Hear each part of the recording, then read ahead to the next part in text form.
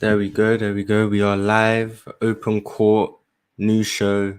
Name brought to you by, I guess, LeBron and everyone else on the panel who started calling Open Gym. Open Court gave me a free use of the name, and now here we are, Open Court. For everyone who was waiting to be here on time, I appreciate you guys. Had to start a bit earlier just so I didn't overlap with PC. They have Chill with Chill. Didn't want to ruin my chances of you guys getting the opportunity to come up here, obviously to go watch Chill with Chill and stuff. Open Court, basically, if you guys have watched PC, you guys have watched Open Gym, pretty much the same principle. The difference is here, I'm trying to have it strictly basketball talk, keep it as on topic as possible. I want everyone to come up, share their thoughts on the game. I don't want to be hearing all these crazy narratives and agendas and stuff. Obviously, if you come up, you can say what you want within reason, but ideally, I want everyone to come up here, share their thoughts on basketball. The topic of this one, the first one, I think when you start anything, you kind of have to start with the GOAT conversation. I thought that was just what made the most sense. So everyone come up. You don't have to talk about the GOAT conversation. Just come up, share your thoughts with everyone else. Talk to me, whoever. I just want everyone to feel like they can say whatever they want. The link is now in the chat. Join up. I'm going to bring you up. Multiple people, one person, however many people join. We're just going to talk about basketball for a few hours. If we're having fun, we'll go longer. If we're not having fun, I'll cut it short. I mean, it's basically all up to you guys how long this really goes on for.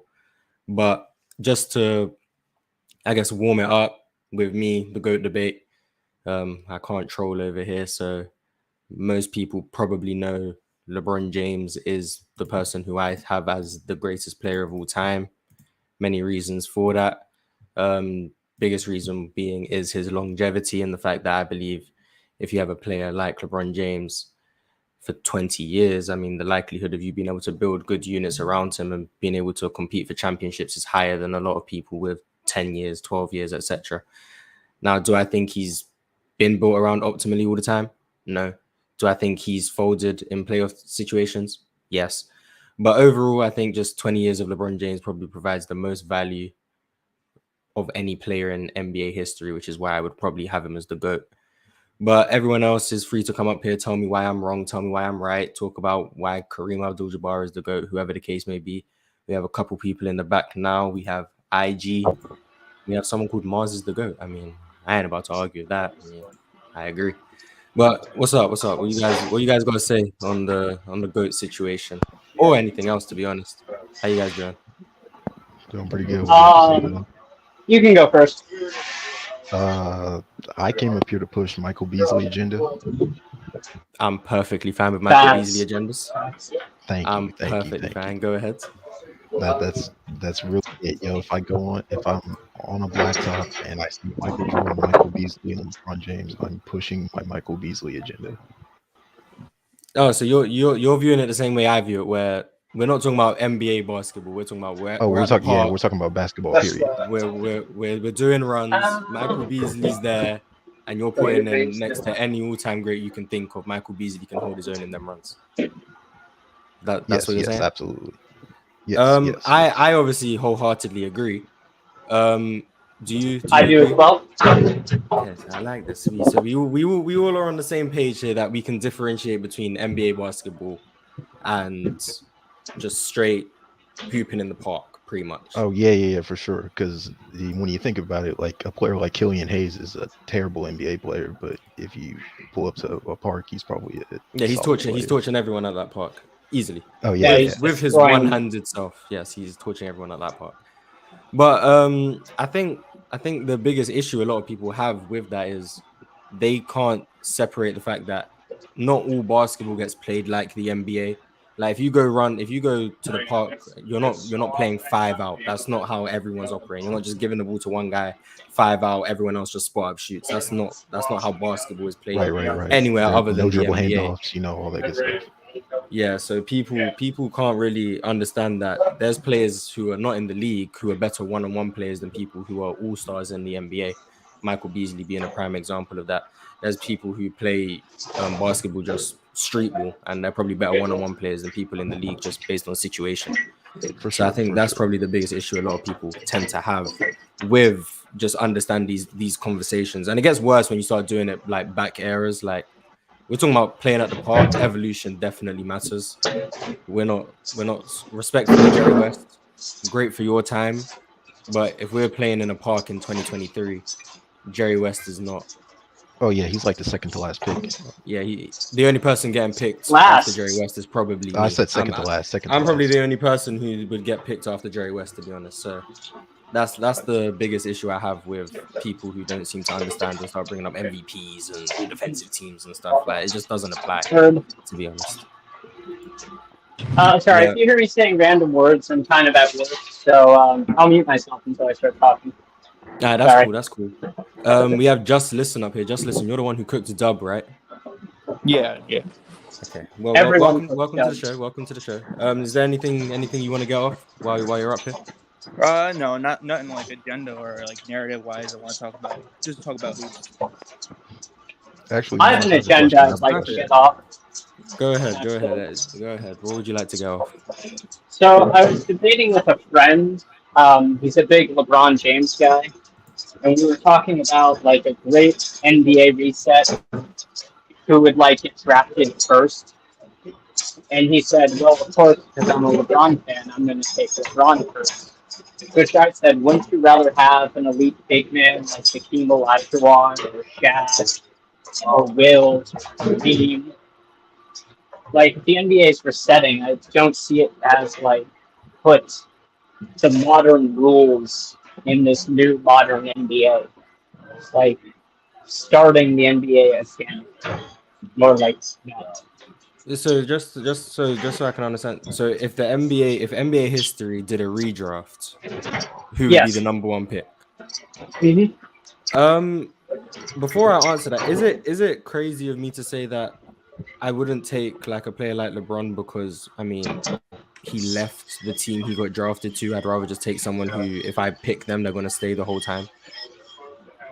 Seems a little crazy to me, but that does make sense as well. Because the way I'm viewing it, like for example, the Orlando Magic drafted Shaq, right? But they only got 4 years of Shaq. So is that pick more valuable than the Spurs getting Tim Duncan when they got him for 20 years? Like if I'm drafting someone number one, the person who stays on my franchise for 20 years would be more valuable than the person who just left after their rookie deal, right? Yes. Even if Shaq, you could argue, was a better player than Duncan, you just don't get as much value out of the pick. Same way LeBron left after 7 years. Some would say he wouldn't have left if he got built around correctly, which is perfectly fine. But just thinking about it theoretically, I mean, I'd rather take a guy like Tim Duncan or Kobe who stayed on the team that drafted them for that long because you know you're getting that many years with your pick. I don't know if that's crazy, if anyone has anything to say about that. But that's my 2 cents on it, which is probably why I'd probably go with a guy like MJ for picking him. You get 13 years. Kobe, you get 20 years. Duncan, you get 20 years. Dirk Nowitzki, etc. That would just make more sense to me. And how many years was Hakeem on the Rockets? Because I'm pretty sure I would have taken him in this redraft. Well, Hakeem came in 84, and he was there until 19. He might have been there till 2000, I believe, 2000, something like that. He played that 1 year in Toronto. So the last year is the 1 year he wasn't in Houston. Probably like 16 years. Hakeem is another, yes. But all these type of players are people like taking like Shaq or LeBron or who else was a number one pick that left their franchise quite soon. Like all of those people, I'm not gonna take them just simply because of that. I guess that's probably my best way of saying it. Shaq or Duncan? Shaq had a longer peak, but I feel like Duncan sustained longer a higher level of play. Like even though he wasn't his best, he was still like around the top 20 player longer than Shaq was. Are you talking to me or Mars? Oh, I'm talking to Mars. I think Shaq, if you said, for example, prime, Shaq from the day he entered the league until about 05, 06 is what, 13, 14 years where Shaq was a top 10 player in the league. I don't think Tim Duncan maybe had that, but he also didn't have the level of a top 3 player for as long as Shaq did. But then the year outside of that for Shaq, so 07 all the way to 2011, was just he wasn't providing much value, whereas Tim Duncan was a very valuable player all the way to the end. So then it would depend on if you think those extra 5 years of Duncan really close the gap between what Shaq gives you in his prime. For me, I've been thinking about it a lot recently. I said Shaq, Kobe, Hakeem, and Duncan have really got very close to me. But I still think Shaq, what he was able to do in his prime would give me more value than the extra years of Tim Duncan giving me value as a great defender in his last 3 or 4 years that Shaq didn't do. Because the prime years were just so valuable to me that I would still take him slightly over Duncan. But do you have all those guys like 3 through 7? That range? I have. Let's just do post 3-point line just so I can avoid talking about Bill Russell and Kareem to some extent. So LeBron and MJ are in their own tier, and then everyone else. So it would be Shaq, Kobe, Hakeem, and Duncan would be right after that, all in their own tier together. They're not in the LeBron and MJ tier, but they're in the next tier, all interchangeable amongst each other, which would be 3 through 6, I believe. They're all in that spot, and then the next tier would be Magic, Bird, Steph, etc. They'd be in their own tier by themselves, not in the next one. So, like, that's why I prefer tiers over overall spots. Like, if I have you at 4, but you're in the same tier as the person at 3, it doesn't really matter. Doesn't make sense. I agree with that. I found that people have been like overrating Hakeem's offense ability lately, and I don't know where that's from. I feel like it's from watching highlights. The 94-95 season, and they think that's who he was throughout his career. I've seen Dub argue that he was same offensive as Shaq, and I think that's where people mess up Hakeem. If you want to value his defense in a higher than Shaq, you can argue that, but you can't argue that he's the same offensively and you get the defense with Hakeem. I feel like that's unfair to argue that. Yeah, I agree. I said this recently that I don't think people understand the implications of what they say about Hakeem's offense. Like, if you say Hakeem's offense is better than Shaq's, while him also being the best defender of the modern era, you would be indirectly saying Hakeem is probably the best player to ever exist. That's what you would be implying with how good you believe he is on offense. And respectfully, Hakeem is not the best player to ever exist. So obviously his offense isn't as good as people say it is. And I think it comes from people not seeing Hakeem before Rudy Tomjanovich came into Houston and really put that great offensive system around him. Because before, when he didn't have the great spacing and Hakeem, by his own admission, didn't really trust his teammates, his lack of playmaking was pretty similar to like a Patrick Ewing, where you weren't really getting great offense out of a Hakeem-led team because other than his elite level post scoring and resilience, he wasn't really getting his teammates involved at a level that would really benefit teams highly offensively. So that's why I say that it happens to a lot of two-way players, but Hakeem's like the most notable one because of obviously his all-time ranking. I just want to say thank you for letting me come up. I'm gonna head out now, but thank you. I'll see you next week. Yeah, no problem. I appreciate you coming up here. Have a good one, bro. Yeah, have a good one. Have a good one.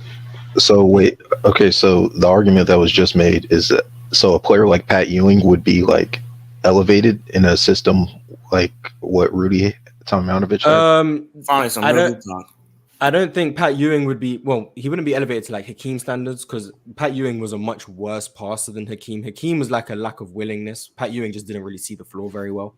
That's true. I agree with that. So I think he'd probably look better offensively in a system where you put 4 shooters around him and gave him more post isolation touches with more space.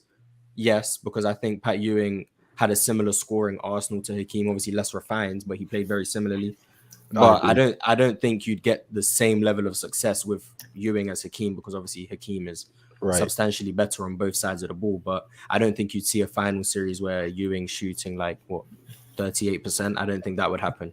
No, I agree. I agree because a player like Charles Oakley is so like detrimental to their spacing in New York. Yeah, for example, like Ewing, probably the most spacing he had was probably in like the late 80s, early 90s when he had Rick Pitino as the coach. Right. And that was still like a young Ewing. He wasn't really at his prime, but his scoring in the postseason to me looked more consistent then. And that was with very primitive spacing. Now, you get prime Ewing, 93, 94, etc.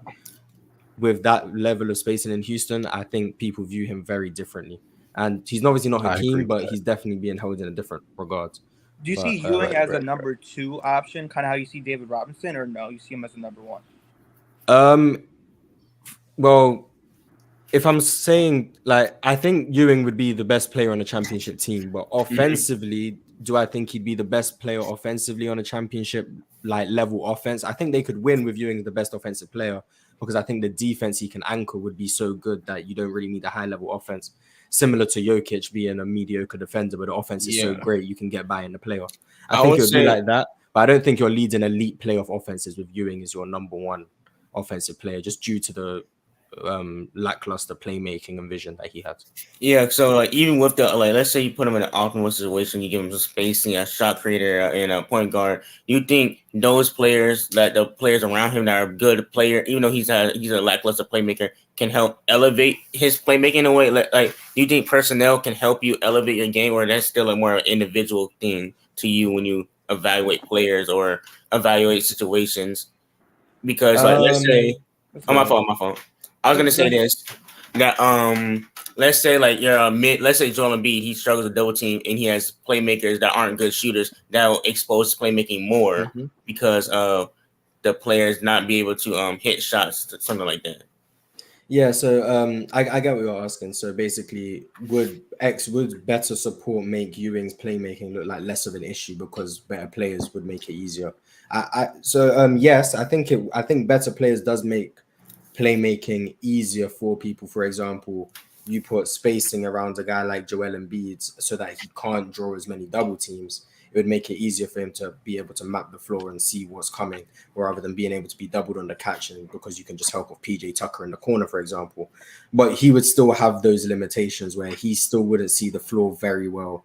And then against high level defenses in the playoffs where they can disguise these types of coverages, he's still going to struggle, and it's going to look like a larger fall from grace. Because if you go against mediocre defenses with the extra support and you look good, when you go up against a great defense and you fall off an absolute cliff because of these limitations that were just being disguised, it's going to look like a bigger drop off because you didn't look like you showed that earlier. Which is why Embiid seems to, like, the drop off looked much worse. Because when you put him at the nail, he looks great, but then he obviously hadn't fixed his deficiencies being able to make out the post. So in the postseason, when the team can make him have to catch it in the post instead of at the nail, all of a sudden he looks lost, which is what I think would probably be similar to Ewing, which is why I think at some point he would just have to improve as a playmaker, not just get better pieces around him overall. Got you, because like when I started getting my real hoop talk, since I'm starting my own channel and stuff, I started evaluating players differently now. So like how I can tell if a player can translate to the playoffs, I can see how they perform against like the top defenses in the league. Like, because it's like if you're putting up 30 against the bad defenses in the regular season, you're gonna look good. But like how you translate against the good teams and the good defenses, what you're gonna see more like in the playoffs. That's how you can tell if someone's gonna translate more. And that's why like this year, you kind of see like Tatum's inconsistencies this year. Even though I still think he's a great player, he kind of struggles sometimes when he face like the Cleveland Cavaliers, some of the good defense, and that's why I think I'm high. I think, and I see why you're super high on Shea even more. Even though I love my boy Shea, so why you're super high on Shea, because his game is very, like, you can see it translating to playoffs because he performed well against a lot of teams. His game's not dependent on like too many threes. He gets to the lane, gets to the foul line, gets his teammates, good shots. So I can see. I'm trying to like evaluate better and see how you like when you rank like your all-time players. How because I know it gets hard in the top 10 because it's very nitpicky. Very, very. And you probably change like every other time because like at first I had Magic, I got 5. Then after like reevaluating, I'm like, yeah, Magic can't be at 5 no more. Yeah, that happens a lot, and that's why I say people should stop harping on the order of people. Like, obviously, I think at some point you have to have MJ in the top 3. You probably have to have LeBron in the top 3. Like, some things, like, you kind of need, like, you need to have guys, in my opinion, like Duncan, Kobe in the top 10, etc. But overall, the order I think is less important than just the rationale behind the list. So if someone values longevity, so therefore they're going to have LeBron at number 1. You not agreeing with their value of longevity doesn't change the fact that they're not going to change what they care about. If I care about longevity, you saying you value doing more in less time isn't going to change the fact that I'm going to care about longevity. Fact. Now, that's why I said the consistency of a list is more important than the rationale behind it. You're not going to be able to change what someone cares about.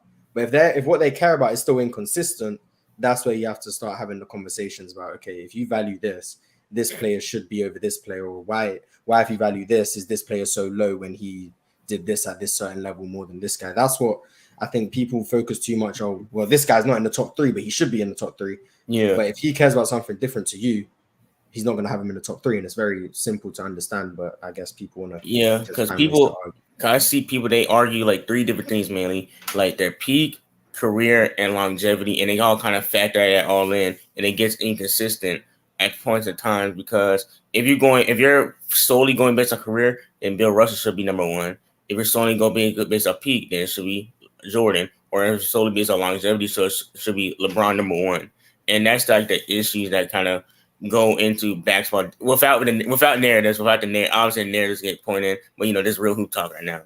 But yeah, that's the thing. So like that's the thing about the GOAT debate that gets so hard, because it's really kind of factor what, in my opinion, is like what you kind of value more. Like, do you value the peak more of MJ more, or do you value the longevity more? And that's what, in my opinion, what it ultimately comes down to, what you value more, because you can't go wrong with leader LeBron and Jordan. That's just me. Like, if I'm an all-time draft, I'm gonna be happy if I get either player. Yeah, if I get the second pick in an all-time draft and someone takes LeBron, I'm very happy with taking Jordan, and vice versa. If I get the number 2 pick and someone takes Jordan and I get LeBron, I'm very happy either way. I think they're both, to me, they're clearly 1 and 2, just based on what they've been able to do, and then for LeBron, how long he's been able to do it for. I do think they are just head and shoulders above. Not head and shoulder, but I do think they are clearly the top 2 players of all time. But I do understand, based on other people's values, like why you could have certain people over, for example, LeBron James. I just have a hard time when people will have, like, for example, Jordan at 1, but then they'll have Kareem at 2. Yeah. That's where it's like, okay, well, Kareem doesn't really have the case over LeBron. If Kareem has the case over LeBron, he should also have the case over Jordan, because Kareem's case would be longevity and accolades, etc. But if you have Jordan 1, then LeBron should be over Kareem, based on just the fact that he's a better player, the longevity, the achievements, the 4 finals MVPs, blah, blah, blah. That's why I have a hard time with those type of things. But I don't want to keep rambling. So KB hasn't spoken since he's been up here. KB, are you with us? Do you have anything you'd like to say, or are you just here just to show your picture to the people? Because if he's here just to show the pictures to people, I'll read a couple super chats, and then I'll try and get some more people up here. And it looks like he's just here to show the picture. So Zenny B with a $20 super chat, I appreciate you. Said, hey Mars, do you think there are genuine arguments for players who are seen as top 10 all time to be the GOAT? Keep up the hoop talks. It goes back to what you value. I don't think there's like 10 people who have a case to be the GOAT. I think at some point, no matter what you value, I think the list will probably stop at around 5 names. I think you could make an argument for Bill Russell to be the GOAT. Jordan, LeBron, obviously. I think you could make an argument for Kareem. And then you could make like a very, very outside niche argument for guys like Shaq, Kobe, and Tim Duncan. Like, you'd have to have a very niche way of viewing the game to really get those guys at number 1. But I can see the way you'd have to do it. Like, if you spoke sheerly about dominance and peak, you could get Shaq at number 1. If you spoke about purely skill set and that the accolades aren't as important and degree of difficulty and the era, blah, blah, blah, you could get Kobe to number 1.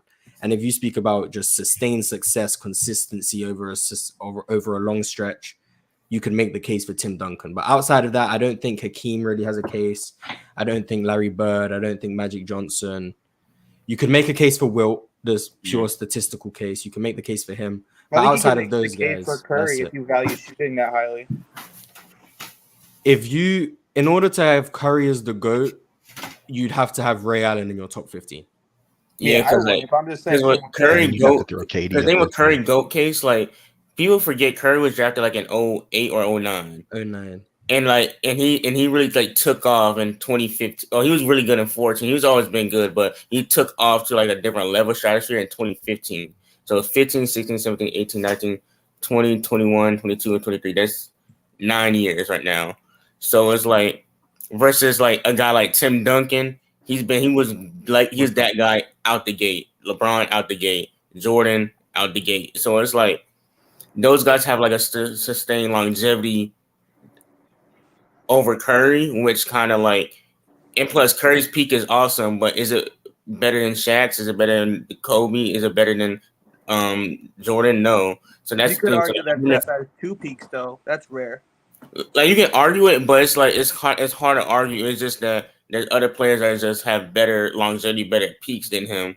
So his GOAT debate isn't as strong as you want to say. And if you bring the narratives in too, it still isn't as strong There will as you be think it is too. If Definitely, you if you go don't narrative, care, it's if not you close. don't care about defense and only care about Yeah. peaks, you could then make a. If you believe Steph Curry is the greatest offensive peak ever, Mm-hmm. you don't care about defense. That would be Didn't the need to only be way. there. That would be the only way I think you could call Steph Curry. Then you would need like Steve Nash in your top 5. Yeah, or you'd something. have to. Your top 5 would have to be Larry Steph, Bird, Magic, LeBron, Jordan, Kevin Durant. Like your Maybe. top 10 would be very weird. I'll say that, but that's probably the only way I see Steph Curry really being anyone's go. What's up, Cowboy Bob? How you doing? Man, showing support, but excuse me. I also wanted to say though, there's some bias that goes into that. Like when we were discussing yesterday, and Pirate brought it up about Pete Maravich and his shooting. A lot of people didn't see Pete Maravich like that, and a lot of people wouldn't agree with you with Ray Allen because they didn't think Ray Allen was at his best until he got to Boston and until he got with what's his name with Miami. So for me, you can say that Steph can be in your GOAT conversation based off of basically when you started watching basketball, as well as what your preference is. You're right about the defense, but most people don't see defense like they do back then because defense is different now, where you have to give the guy spacing to land and stuff like that. So you can make an argument, but my bias is how can you how is it fair for you to make a criteria about the old guys, like not even Pete Maravich, let's say Magic, let's say Kareem, if you started watching them like 1990 or 2000, like how do you draw that, draw that evaluation? It goes back to how much you've taken out your day to watch. For example, I have very little to no life, so I spend a lot of time going back and watching people play, because me personally, I don't like talking about things that I have no idea about. Like if I don't know something, I'm just not going to talk for the sake of it, because I think that just makes you look dumb. So I wouldn't talk about Magic Johnson if I didn't feel comfortable to talk about him, Larry Bird, etc. I think you have to have at least gone back and watched it in some capacity, because people who were around, let's say you were born in 1965, so you were 15 when Magic and Bird got into the league. Even then, if you watched as much as possible, you lived in LA or Boston, or you had satellite and you could watch them as much as possible. Even if you only watched those games, each game you watched, you only watched it once. You watched a lot of games, but I'd still be relying on you to recall these stuff from 30 years ago if you were talking about it today. So I'd be trusting your 30-year-old memory of these things, about how Larry Bird came off down screens, or how Magic Johnson playmates in transition, and how he was great at finding layups, and how he was able to push the tempo, blah, blah, blah. You'd be recalling stuff from 30 years ago, whereas I watched these games 2 weeks ago. So I would still take the fact that I've watched these games recently over the fact that I'm trusting someone who is, how old would you be, 35, over someone who's 58 trying to remember something from 35 years ago. Like Right. for me, because I don't think anyone who's only watched the games at the time and never gone back and watched, I take your opinion slightly more seriously, but not totally more seriously than someone who's never gone back and watched. Because I don't know if I can trust someone who's going off their memory of 35 years. When you've watched so much more after that, I'm expecting you to just be able to recall things like that. Unless you have that savant syndrome thing where you see something once and never forget it, it's going to be hard to believe that you remember all of these things. So I think everyone has to do their due diligence and go back and watch, whether you was around at the time or not, just to be able to have a valid or well-informed opinion on any player that's ever played, in my opinion. Agree. The reason why I ask is because I like Hakeem. Everybody knows I got Hakeem fourth on my list, but that's not because of anything more than when I watched Hakeem, it was like I'm watching something new. Tim Duncan, if you look at the stats and you see the overall progress, you can say Tim Duncan is better, which I'm going to say as well. But for me, watching Hakeem, watching him change and develop. Even though Tim Duncan went from the 4 to the 5, he still contributed and still progressed. I still like watching Hakeem because no matter what he did, he was going up against the guys like Jordan. He was going up against all the greats, and nobody gave him credit. He was just oversighted, like David Robinson. Him versus David Robinson when David Robinson won the MVP. For me, that was the first time I was like, wow, this guy really took it to him, not just in any regular game, but he took it to him in the playoffs. He took it to him with a triple-double. He made sure he took it to him. But at the same time, defensively, you could look at it and say, well, David Robinson did more overall. You know what I'm saying? Like, you can make an argument. So for me, it's like, if you were to say start your team and you had to pick between Tim Duncan and Hakeem, I'm going to take Tim Duncan because of the longevity and I know what I can do. But for me, knowing that I got to sell tickets and everything, I'm going to go Hakeem. So that's why I'm asking, like, how do you know which is which? That's why I also say, is it okay to rate guys every 15 years? That's what I do. I have my all top 15 years from 85 all the way up till now. I think I know I'm all over the place. No. I think doing it by era makes sense because every era plays differently, and it's hard to just cross compare. Like, it's hard to compare what's going on today to what was going on in 1987. It's very hard to compare that. So exactly. I understand ranking everyone how good you were in your time. So from 1985 to 2000. The top 5 might be, I don't know, Jordan, Magic, Hakeem, Bird, etc. And I think that makes sense. When it comes to who you take in a draft, I think if you look at it from a business perspective, I think that's where you start getting all sort of messed up, because then it's no longer about the basketball. It's about the aesthetics and the fans and what they're drawn to. For me, I try to keep it as strictly as what gives me the best product on the court in terms of what gives me the best opportunity to win. Okay. If I start going down the route of trying to bring fans to the arena and impress fans, you're going to end up having guys like LaMelo Ball going high in the draft. And I think it has to be, I always look at it strictly from a basketball perspective, not a business perspective, because then I start looking at, well, who has the best value contracts? Like Steph Curry got a 4-year, $4 million deal and won 2 MVPs. That contract is so valuable that you can build a better team around him. Yeah. Picking up a max salary spot. And if I start ranking you based on your value, based on that, Steph Curry now definitely has a GOAT case, because the fact that you can get KD next to Steph because of his cheap contract, that's more valuable than having a guy who's earning like how much Michael Jordan was making on the second three-peat, more than some NBA teams were making, just simply because he was making $30 million at a time when no one was making close to that. So is now Steph Curry more valuable than MJ? I couldn't do it that way, but from a business perspective, you could definitely make that case, which is why I just tried to keep it strictly basketball, because then now we're going down an entirely different rabbit hole where I think you're going to get players who just are on great contract deals that aren't actually as good as the other people, but because their contract is so worthwhile, they like Pippen had $1 million. That was his contract, and everybody he was the second best player in the league. So he got devalued, and a lot of people don't even notice that. He wasn't even supposed to be there. I just got one more question, but you can finish up. I don't want to be rude. What's your one more question? All right. Given in today's game, because everybody that I know likes and values Harden a lot, I feel that if Ray Allen was to have the opportunity that Harden would, do you think that he could be on the same level as Stephen Curry?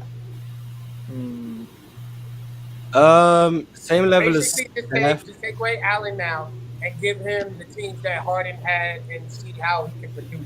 Is what I'm saying. You think that him and Steph Curry would be the top 2 shooters in the league? They would be the top 2 shooters in the league, yes. But I don't think he'd be on the same level as Steph Curry, because I don't think his ability to handle the ball and facilitate would be as good as Steph Curry. He also doesn't move off the ball as good as Steph, but he would be the closest to it in the league. So I'll give him that. But just his ability to put the ball on the floor as well as Steph wouldn't be there. And also his ability to just play out the pick and roll and his playmaking just isn't as good as Steph, which I don't think he'd be on that level. But he would definitely be the second best shooter in the league. And if you put Ray Allen in a Mike D'Antoni system, that's insane. The mid 2010s, he'd probably be looked at as the best shooting guard in the league. I would say that. Oh yeah, for sure. Yeah, that's the thing about Ray Allen. Like, his skill set isn't the same as deep as Stephen Curry. So like that's when like it's not it's like the same thing when people say like Klay Thompson can be number one. No, I do not think Klay Thompson can be number one on a team because like he doesn't have the ball handling, the shot creation ability as people think he does, or like the overall like scoring paralysis that people really think he does. And he's still a great player, still a great scorer, but like it's not to the level that as people think it is. And it Oh kind of yeah. I'm gonna go back and watch some more Ray Allen because I thought Ray Allen, when he was with the Bucks in Seattle and before he went to Boston, he was more of a creator because he was the only guy there. But I'll go back and watch some more. No, he I'm not even no, gonna he watch could highlights, create. but I yeah, don't, Well, I he don't, was I don't great. He could create. create. I think the separate. But he just wasn't Steph with Oh, the okay. Yeah, I don't think he was Yeah. hard neither I'm though. still gonna go back. like And he's more than Clay and he's more than Reggie, but he's not Yeah. Steph. So Yeah, it's like it's different. It's different levels yeah. to it. Okay, all right, cool. Guys, That's thank what it you. is. Subscribe, like the video. And Mars, I'll always be here to listen to good basketball content. Have a good day, guys. I appreciate you. No problem. Okay, let's bring Jalen up here. IG, I'm gonna move you on because you came up here first. So I All right, appreciate you guys. Yep. And let's bring up, who should we bring up? Who said they were ready? I want to bring Are we gonna get the non-troll Jalen? I hope so. You muted. You muted. Jalen, you're muted. Yeah, Jalen, you're muted. You're not even talking to us. Oh, we Jalen. get basketball talk because this is the Mars Talk Sports Show where we talk real basketball. Yeah, no Andre Kirilenko, the best defender all I time. need real basketball talk, Jalen. No. I can't be hearing any of those egregious takes. Yeah, so this one I'm talking about. You know, you mentioned earlier. Oh, go ahead. Ask your question. Go ahead. Do you guys think 21 to 23 Curry is close to pre-hand injury Curry because of how he improved his defense and how tight his handle has become compared to before? I think it's more than close. I think you can argue that it is his peak. That's how close it is. But it depends what you prefer. More finishing got a little worse, so the off-ball movement's probably not as great. But like after watching these last 2 years, that handle is so tight. Like I feel like they won the King series because of how tight his handle was. Like he was just, and especially the on-ball play, I feel like is improved almost a little more. Maybe because he got slower and they had to play more on ball. And I think Clay and Dre and the Warriors team honestly got a little worse. So, like, but when they were running a lot of pick and roll in the King series, and he was just unstoppable with that handle, or when they would pressure him and he was unstoppable, like I feel like it makes it really close. I would think say the he's biggest more. thing is he got stronger, so it helps him drive, it helps him defend. So in areas he struggled with before, he's better now. Even if some areas before he's not as good, it balances out. And yeah, I agree, man. I actually think this is his peak. I know Mars thinks before was his peak. I disagree on that, but it's really like a toss-up between. I would say right now he's more refined as a player, but I think 2016 is peak because it's such an outlier of like what we've seen in NBA history with his shooting ability, the off ball. That was such an outlier that it has to be his peak because what he did in 2016 was unprecedented from the type of shots he was taking, the percentages he was taking, and the team he had. You know, obviously Clay and Draymond was better back then, but his ability, because then he averaged 30 on like 50, 40, 90. 50, 45, plus 90. 12.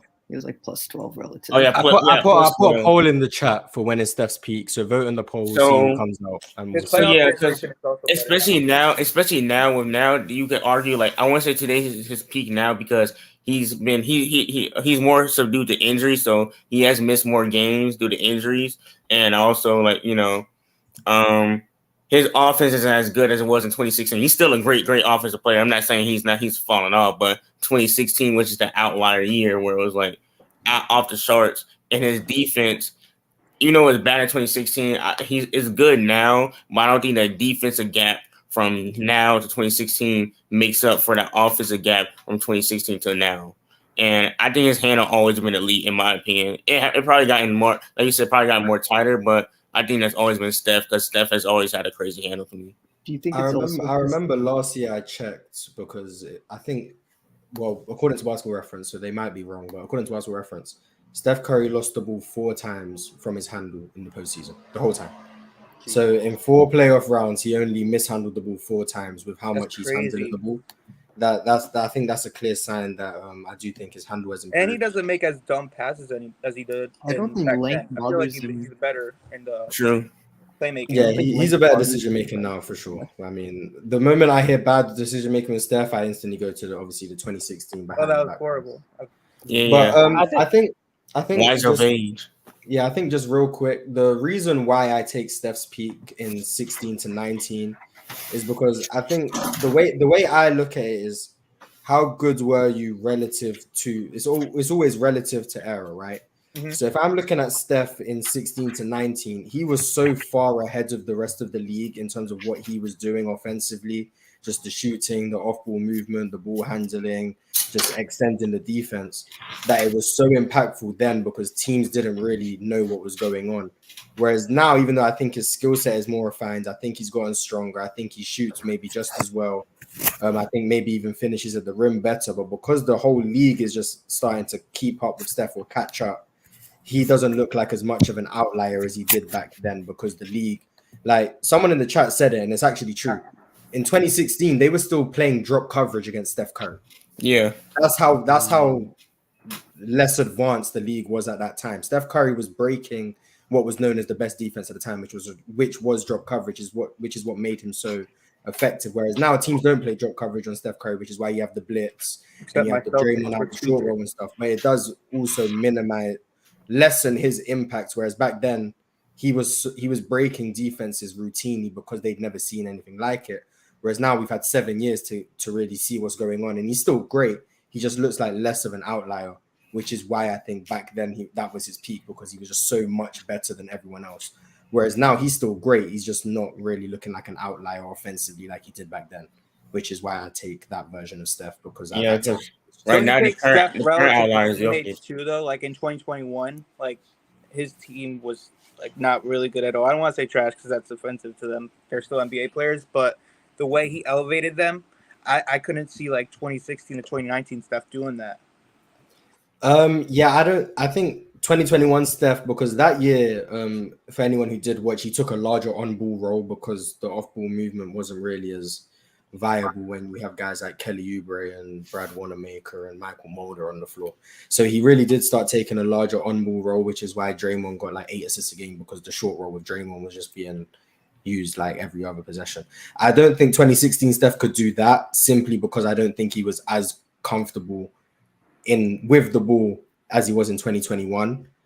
But I don't think 2021 Steph could do what 2016 Steph did because I think he was a step slower. I don't think he moved off the ball as well as he does now. I think now he has better tricks. Like he's smarter. He understands like different angles and back cuts and he can run you into screens. But 2016 Steph, he was just whizzing around the floor, just coming off screens at 100 miles an hour, stop on a dime, pull up. Now it's a bit slower. It's less dynamic off the ball, which is why I still think, even though 2016 Steph couldn't do what 2021 Steph did, I don't think 2021 Steph is leading Golden State to a 73-win season either. So I think it's just different situations ask for different things, and they were both optimized. So it just depends what you value more. Yeah, it does depend what you value more, which is why I see the argument that Steph has had 2 peaks. I do agree because it's very hard to say which one is definitively better than the other. It just comes down to. Isn't this Steph is better at switching defenses, right? It would have been a monster. I mean, it's a better. This Steph's just a better defender. But I remember he struggled against Houston when they switched, so I was wondering if this Steph is better at switching defense. Right? This Steph is able to because switching back then when they would switch with Steph, it seemed like he didn't really have the strength to not get knocked off his driving lane, which is what would really slow him down, or then there would be a late double and then you pick up his dribble and you have to kick it back out. Now it seems like his handle is so tight and his strength is so good that if you bump him, he's able to bump you right back and still get all the way to the rim and finish, which is why I think on the ball, Steph is better now. But all the off-ball value, I think back then it was just so much better. And that's what really made him stand out and really made him an outlier, which is why I still take those years. Like 2016 Steph, I just don't think you're ever going to see anything like that again. It's crazy. We're even arguing a peak is close to 20. Yeah. That's crazy. And not only that, in his peak from 2016 and 19, he's still able to put up great numbers next to Kevin Durant. So like you see him able to play by himself. Well, not by himself, be as a number 1 option and be like a 1A, 1B, depending how you thought it was. And with Kevin Durant. So I think that's what I also value back then too. His ability to still be more than valuable to that offense with another great player and not seeing a drop in his play. I think when it comes to a lot of these like elite shooters, guys like Steph Curry, even going back to Kyle Korver, JJ Redick, you always notice that in their career a lot. They always have kind of 1 or 2 seasons where, let's say, the career average from 3 years is 41%. They'll have that one season where it's 45 or 47. I just think that's like a math thing. When you have shooters like that, they're going to have a 80-game sample size over the course of a career where they play 800-900 games, where they're going to have one season where they just shoot the lights out even more than their average. I think with Steph, that 2015-26 season, that was just the case where he just shot better. So you think it was an outlier? I do think it was an outlier. Yeah, I do think when it comes to shooting, it was like the ball just happened to go in more often than not. That's regular. I know. I know how crazy that sounds. No, I just think it's like a math. So it's like the standard deviation thing, right? Like you have the standard of it, and you're going to have one outlier. When you play 15 seasons, let's say and then some guy has. So do you think the 2022 regular season was an outlier the other way with Steph Curry as well? That the ball just happened to not go in. 100%. I think if you play that long, you're a shooter. You're going to have 1 or 2 seasons where that's not that crazy. The ball just not going to go. Yeah, I understand what he's saying. I know what he's saying. He's had seasons where that's like saying like 2013 LeBron. That's like his best defense a year ever. It's an outlier because not any other year he hasn't been. Jalen, how do you feel about that? 2013. What was it? I don't know if his defense is outlier. That's just like effort. You know what I mean? I don't know about the shooting thing. The shooting outlier thing, I think, is a little, but there's a little more, variance in that. We'll say versus defense, where I think it's just more of an effort thing. I do agree with the shooting outlier because in 2017, Russell Westbrook shot good from 3, and that's an outlier season. So that was also the most volume he ever shot from 3. I feel like most volume. So I do agree when you said shootout. I think with Steph, it's so crazy that his shooting outlier is 45% from 3 when his normal shooting is still like all-time great. Like his shooting outlier is just. It's insane for what he's doing. It's out of world. Like that's the thing with Steph. That's the thing with Steph. His shooting outlier is just greater than everybody else. I mean, when his normal 45% from 3 on 11 attempts a game. I mean, with the degree of difficulty that he was shooting. I think Jalen's just calling it an outlier. We call it a peak. It's just different wording. Yeah, but I brought KB up here because he is the Warriors fan, and the question was, what is Steph's peak? Is it now or is it 2016 to 2019? So KB, what do you view Steph Curry's peak as? I think there's like 2, to be honest with you. Like 21 was crazy in terms of volume, obviously, and it was a lot different because of he just became a better shot creator. I think 16 was like his by far best season in my opinion when it comes to shot creation, shot difficulty, obviously efficiency as well, being like almost a plus 13.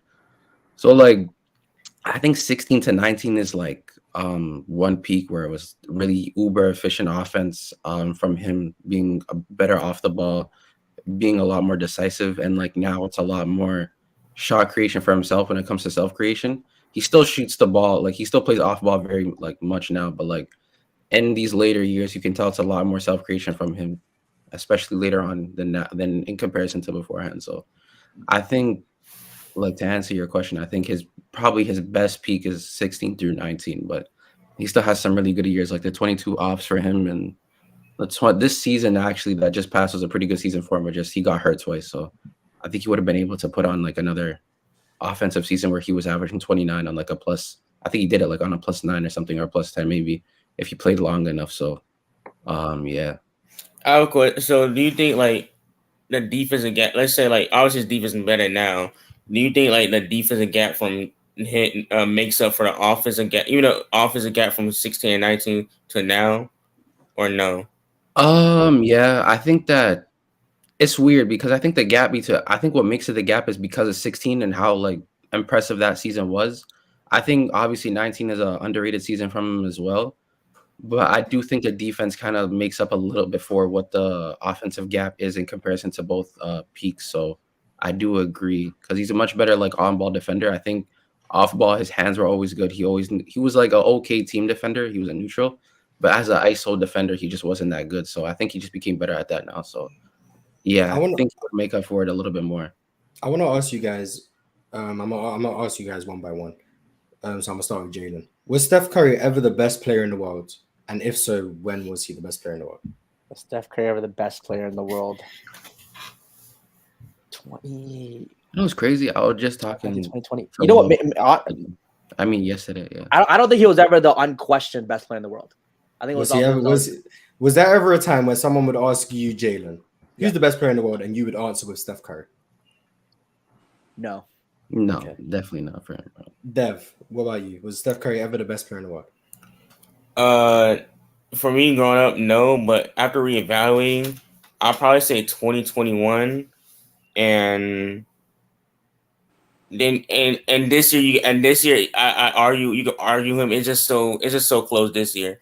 And I forgot he was hurt. And what year he got hurt in? The year he 20. got hurt. The bubble. 20. Yeah, Yeah. it would have been 20 if he didn't get hurt. Like those 2 years, especially, it's just LeBron James existed, Dev. But continue.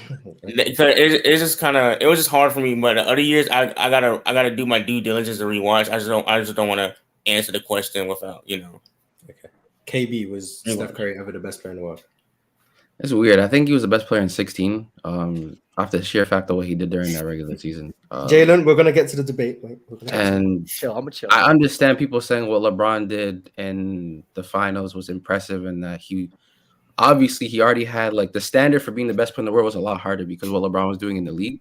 And I think with the run that he was on in terms of the caliber player that he was, so it's the standard was just like a lot higher. So the fact that Steph was like able to have these conversations and have an argument was impressive in of itself. But I do think he was the best player in the 16 because LeBron's 16 season throughout like the entirety of it, especially in the regular season, wasn't anything like crazy. I think in the offs he played well, but his first stint like in the finals against us, up until like those last 3 games where he was like playing out of his mind wasn't that great from him. So like even though he had that elite ending to those finals, it's unfair to do that when Steph put on like a offensive clinic for the entirety of the season. And I think he was just the best player in that year. And I also think he was the best player in I'd probably say 20.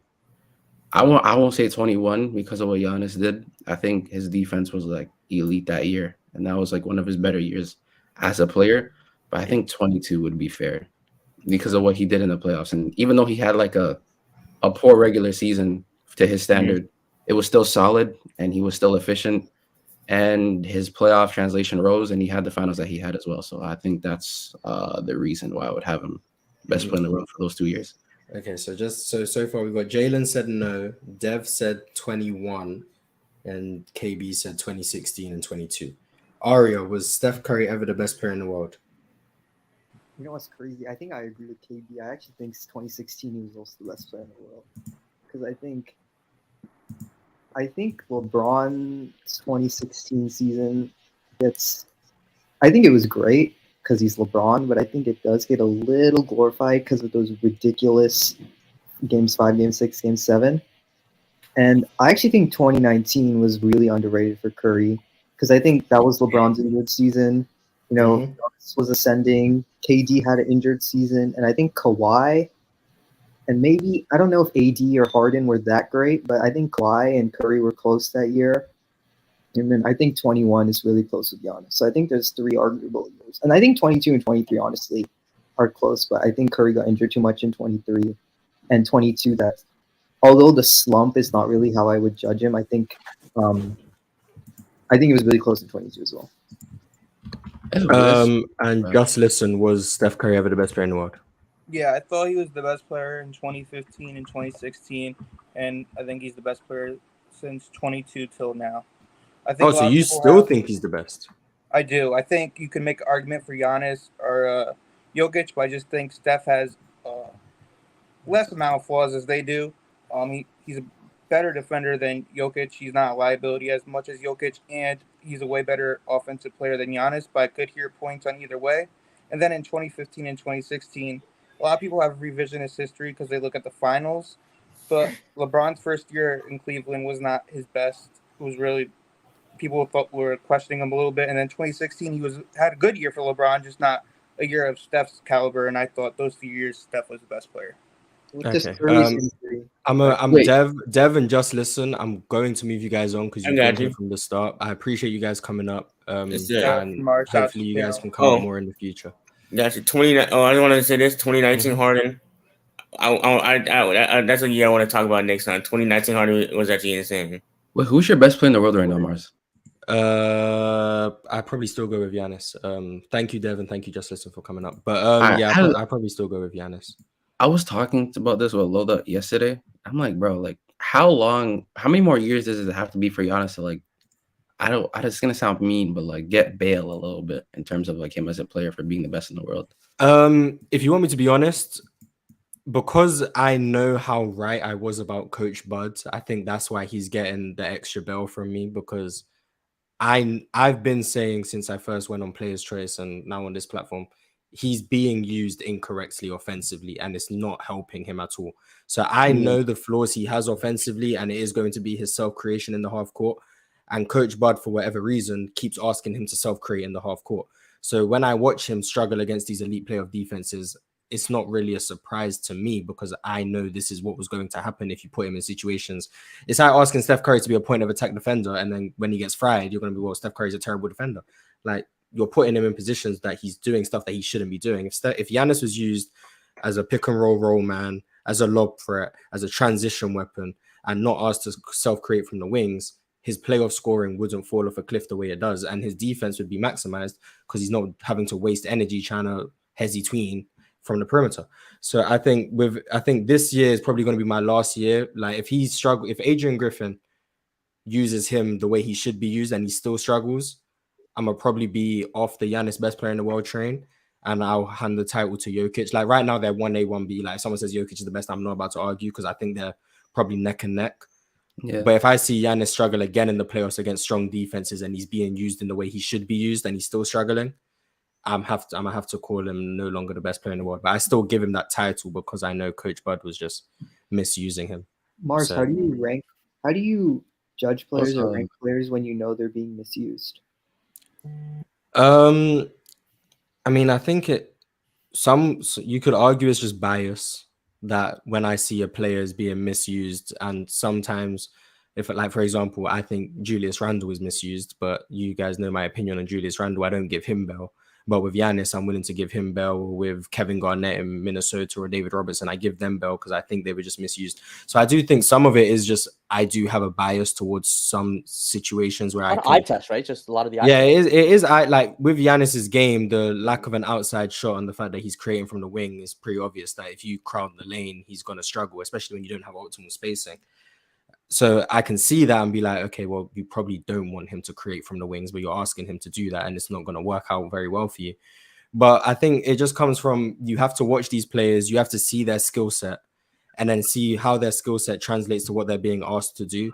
Like, if I see someone whose skill set is a face-up mid-range game, and they're not really a power player in the post, but then you're asking them in the postseason to be an efficient, high-volume scorer, it's probably not going to happen, because when most of your offense comes from face-up 18-foot jump shots, you're not really going to be extremely efficient in the postseason. That's just how it is.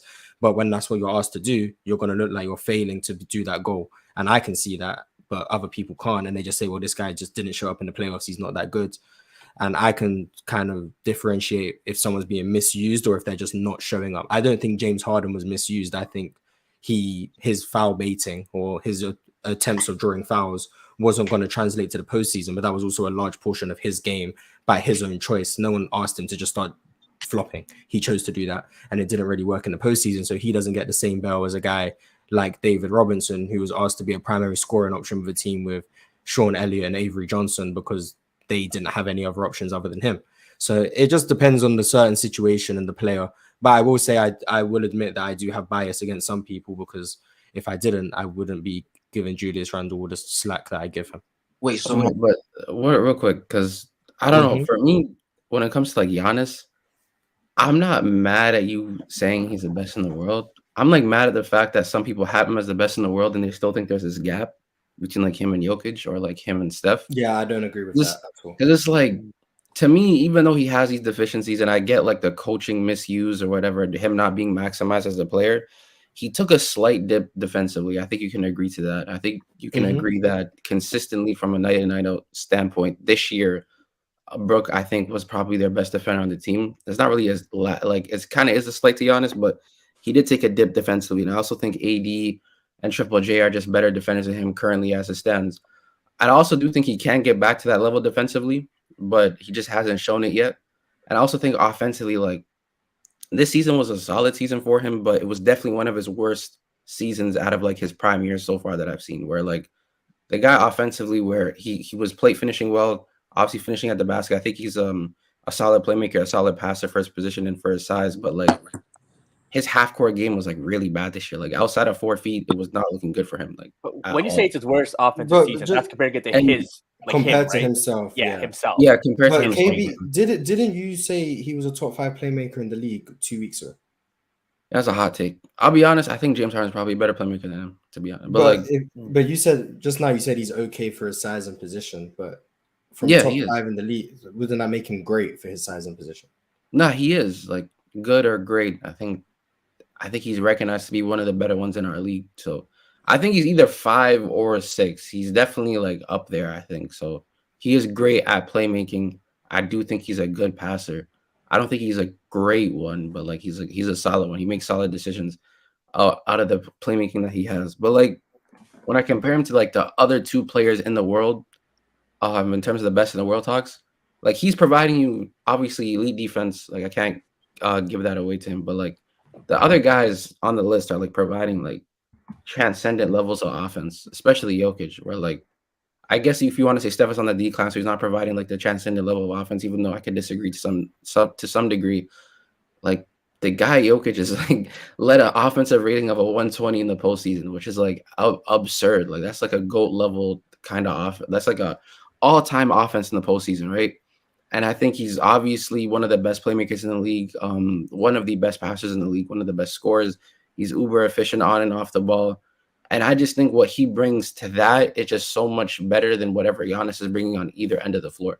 And I could also argue the same thing with Steph, in my opinion. So, like, for me, I'm not saying Giannis can't get back to the best player in the world, number 1, or like a clear cut. But like for me, as it stands, like after these years of where I see him playing half court defenses that are solid, like teams like Miami, teams like Boston, and he tends to struggle and create, which is fair to say that Mike Budenholzer wasn't putting him in the right positions, because I do agree to some level, but you have to like give him slack a little bit, because at the end of the day, like player development is important too. And when you have series like this, you know what to work on. And I feel like he just hasn't really improved that much on those things, or it's improved and it's taken a decline. So like, I don't know how I feel about Giannis still being the best in the world, to be honest with you. I have him 3rd, but like, yeah, so you have Jokic and Steph 1 and 2, right? Yeah. Okay. Aria, I'm gonna move you on because you came up before these guys. Thank you for coming up. I appreciate your questions about Steph. I'm gonna get a couple people in here, but real quick, KB.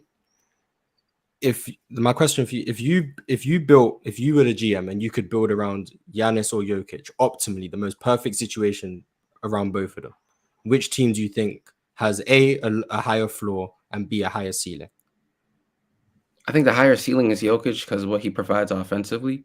The higher floor is probably Giannis, because even though if his team isn't even maximized, like he's still providing you elite levels of defense. He's still providing you rim pressure. He's still providing you playmaking and passing as well. So, but if I can build the most optimal team for either or, I'd probably go with Jokic because of how transcendent he is offensively. So that's just me. I feel like I value like transcendent and elite levels of offense more than I do for when it comes to defense. But if you value like transcendent levels of defense, then that's. I got a question for you, KB. So, like, is Giannis not an elite offensive player and defensive player? He's elite on both ends of the court. He's an elite offense. I mean, he's an elite defensive player. He's not an elite offensive player. I think he's an elite scorer. He's an elite. He's an elite.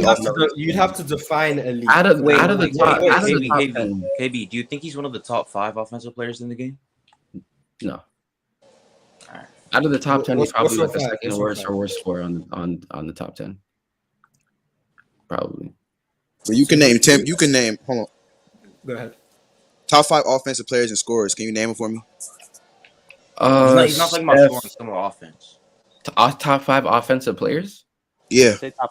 Just keep going and just list off offensive players you think are better than Giannis. We'll see how many names we get to. I think. Okay, so it's not scoring; it's offensive, right? Offensive players, yes. Okay, so there's Steph, there's Jokic, there's Luka. Are we doing the when healthy tax or when currently? Like as it just says, right? When healthy. We'll do when healthy. I'll say Kawhi. I'll say Out of the top 10, who else? LeBron. I think after 3, it gets questionable. You can, I get LeBron, but Giannis is right there. I don't know about LeBron. I could say Embiid, but when you're talking about offensively, I still think Giannis is the better passer. I think they both create heavy advantages for their team. It's just Joel isn't that decision maker that Giannis is, but I do think he can improve on that. So I think I'll give the slight to Joel. So that's 5 right there. I think Steph, Jokic, Luka, Joel, KD. I forgot about KD for some other reason. But do you think after those first 3, if you had someone said Giannis at 4, it wouldn't be crazy? You know what I mean? If someone said Giannis over, it wouldn't be insane. I think because offensive player is different from scoring. No doubt. When it comes to just sheer scoring the basketball, I think Giannis is probably out of the top 10. Because LeBron had a really bad season too. He might be like 3rd. He's like bottom 4 in my opinion. Bottom 4, so it could be 6th. He could be as high as 6. He may be. Giannis is the 6th best scorer in the league, or the 6th best scorer out of the top 10 players. Out of the top 10 players. Okay. The thing is, though, I would say LeBron's a better scorer, but he had the season he just had where it was just like really bad as a jump shooter, and like he wasn't getting to the rim as much. Even though he had his like stretch of like elite basketball play, I still don't know if he's like gonna be up there. I have to wait and see. But like I think Steph, Jokic, KD, Luka, Joel, obviously Kawhi, JT, I think all those guys are better scorers. Wait, you think Jason Tatum's better offensively? You think He's a better scorer. Better scorer. Debatable, nah, he's not a better scorer either. Giannis getting 2 tags for getting hurt for one cat getting hurt. Yeah, this is kind of nasty. You know what I mean? Because he's had what now 4 or 5 seasons now of I think elite level. 25, 26, 30, like elite level scoring, great efficiency, get you the rebounds, offensive rebounding. Giannis. I don't think the thing is though, I don't know if scoring in the postseason isn't as elite as I think you guys think. When y'all this time, like even in the regular season. Hold on.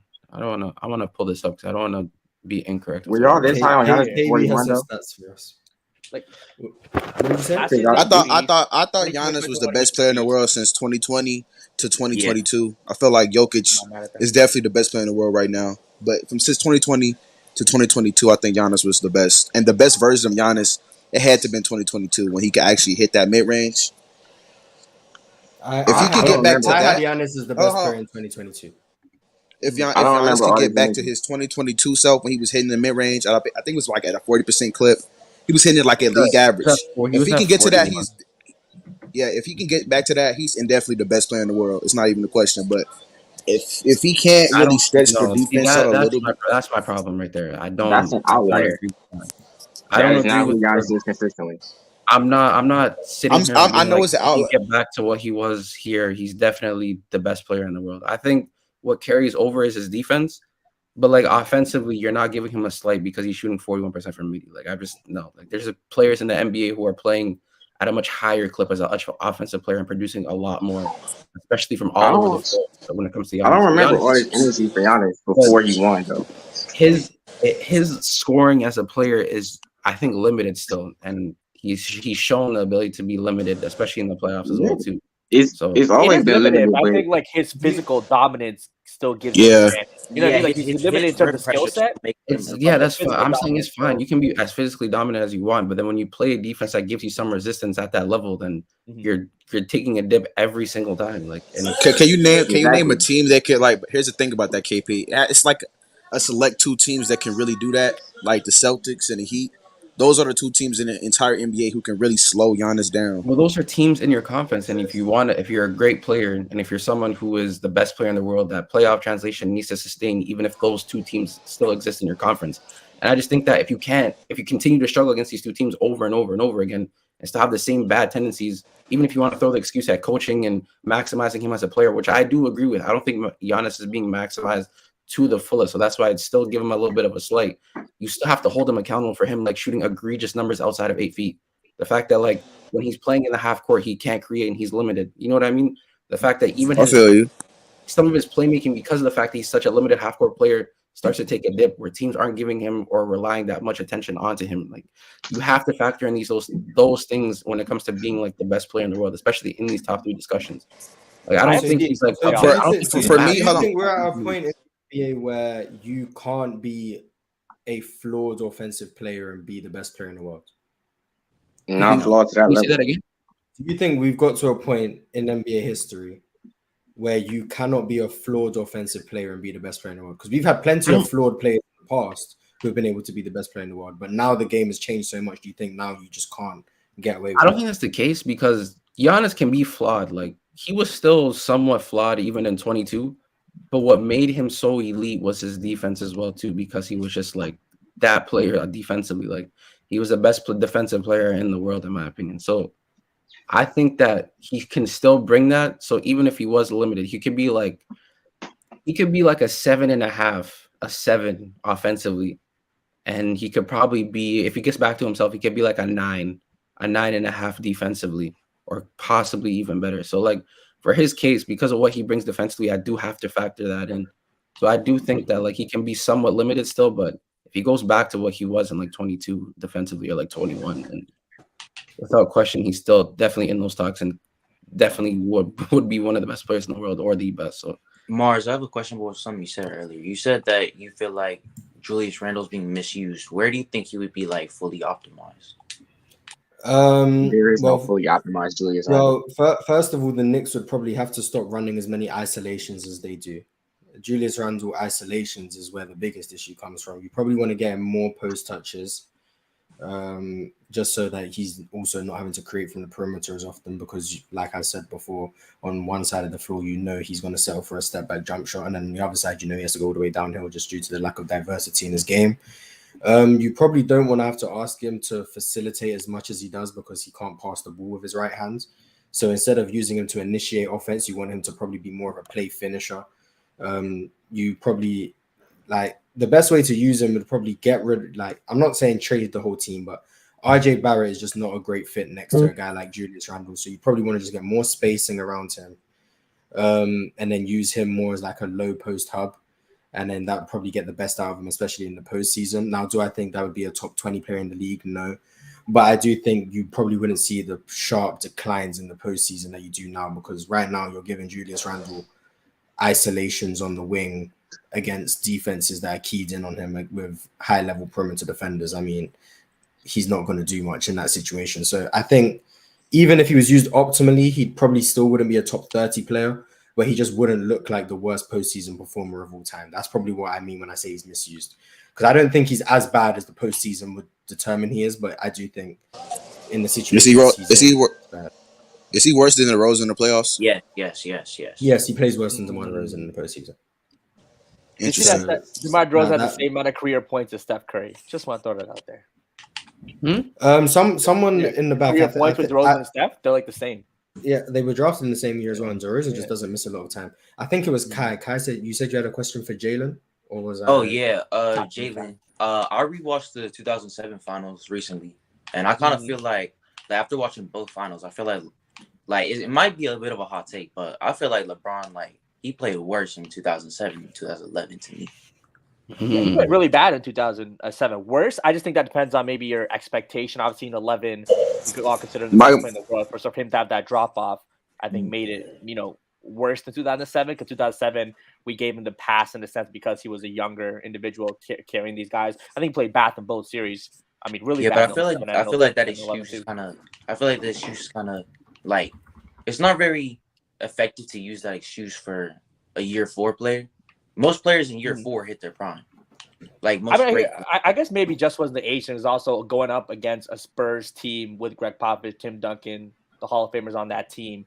I don't want to say give him a pass. He still played poorly, but I think we understood that he was just going up against a better team. That Spurs team was a better. Sounds like excuses to me. If you look at it as a blank canvas of performance, just ignore competition, ignore the supporting cast. Just look at how he played in this situation, how he played in that situation. 07 was 1000% him playing worse. 2011 is a bigger black spot on his legacy. Yeah, I feel like 2011 it was obvious who he had and the move he made, etc. it was obvious that 2011 his play was more mental. He just wasn't aggressive. He was lazy on defense. In 2007, his game just wasn't genuinely there. played bad in 2007. Like he just genuinely played bad. He airballed a free throw in that series. It happens. Hey, that can't be my goal. I'm sorry. I'm just saying. That's my goat. Wow, that's. Talk about goat. Who's your goat, Steph? How about goat debates? I want to talk about. You mentioned Shaq earlier. Yeah, I'm talking. My goat's MJ. No, Jalen. Shaq, That's I got weird too. Shaq. I don't know why you have third Shaq all so time. high. Let me tell you about Shaq third all time. You value peak very highly, right? The peak, hold on, the peak. You value all that. Shaq is over. Let me explain. Peak dominance. We all get that with Shaq, right? Dominant lead, 28-14, all that. What people don't realize, Shaq also has longevity. All right, so Shaq in terms of Dalen and Nahari, I'm gonna move you guys on. Thank you for coming. So in terms of Shaq, with his longevity, right? He's made what? He has the same amount of all NBA teams as Tim Duncan. The same amount of all NBA teams as hold on, let me bring this up. Hold on 1 second. Tim Duncan. This nigga doesn't even know off the top of his head, man. It's crazy. No, I was doing it as well. I just want to make sure I get the exact numbers. No, Jalen. I don't expect you to. Well, while you do that, I'm just gonna read some super chats. Great time. Brian Holiday said, "Love your content, Mars. Much support. Keep up the good work. I appreciate you." Marquivion Black said, "Hello, Mars. Appreciate your takes and interactions. Thank you. This show's been a long time in the making." Marquivion is crazy. Great name, man. Mike asked if LeBron is clearly the best transition player. I'm assuming he means of all time. I think he probably is the best. So I think it's clearly the best. Probably not. I think Magic Johnson, Giannis, Dr. J. Some of the greatest transition players of all time, but I would say 17 Draymond. No, let me stop. Hey, I'm not mad at it, but I would say LeBron's number one. I wouldn't say it's clear. And all these other Bino. This is for Kai. He said, name the players in year 4 who hit their prime. I'm talking like the all-time greats. D Wade in year 4 hit his prime. In year 3, arguably hit his prime. Now I'm not talking about peak. I'm talking about prime. Like there's just all the players in the top like 30 or 20, they usually hit their prime in year 4 unless they started coming off the bench. Kobe hit his prime in year 4. What was year 4? What was that 01, right? Year 4. 96, 97, 97, 98, 98, 99, 2000. Okay, that was the first year he averaged 20. I mean, I wouldn't say that's when he started his prime though. Yeah, you could enter his prime. That was one of his peak defensive. Not gonna lie, he was crazy on defense that year. So yeah, you could argue that was his prime. Steph Curry wasn't year 4. Yeah. Steph Curry was at year 5, year 6. He had an injury situation too. Yeah. That's because of injuries though. I mean, he was still hooping, but yeah, a lot of the all-time greats by year 4 like probably were like Steve Nash didn't. He was like year 7. I think that's because of the situation though. I don't think it's because of his play. I think it's because of injuries early on. But Jalen, do you have the So let's say Tim Duncan, right? Rated for longevity, 15 all NBA teams. Shaquille O'Neal, 14 all NBA teams.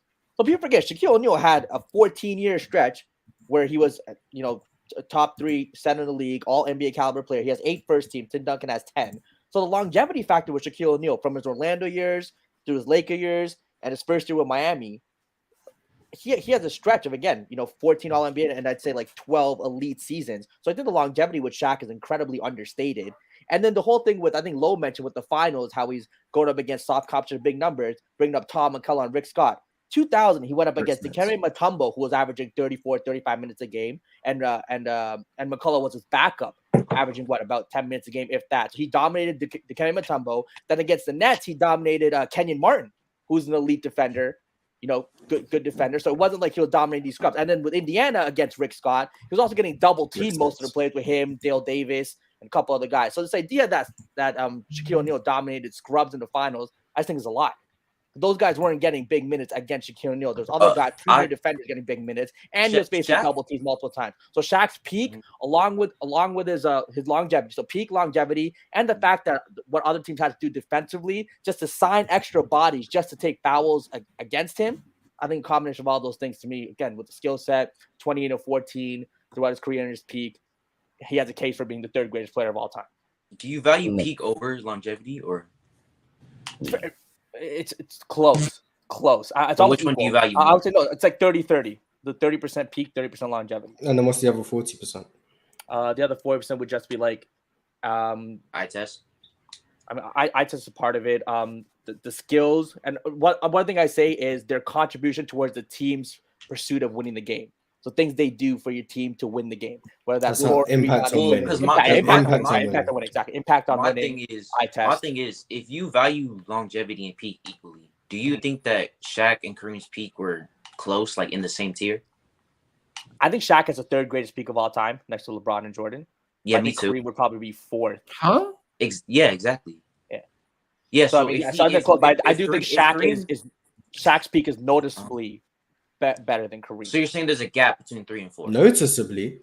No, like it's noticeable. I'm not saying it's a huge gap, but I do think like when I look at so you're saying there is a gap. You're saying there is a gap between 3. I hate telling good people bad news, man. It could be a small gap. I think you're sleeping on Kareem. Wait, Jalen. In terms of peak, you think Kareem's in tier 2?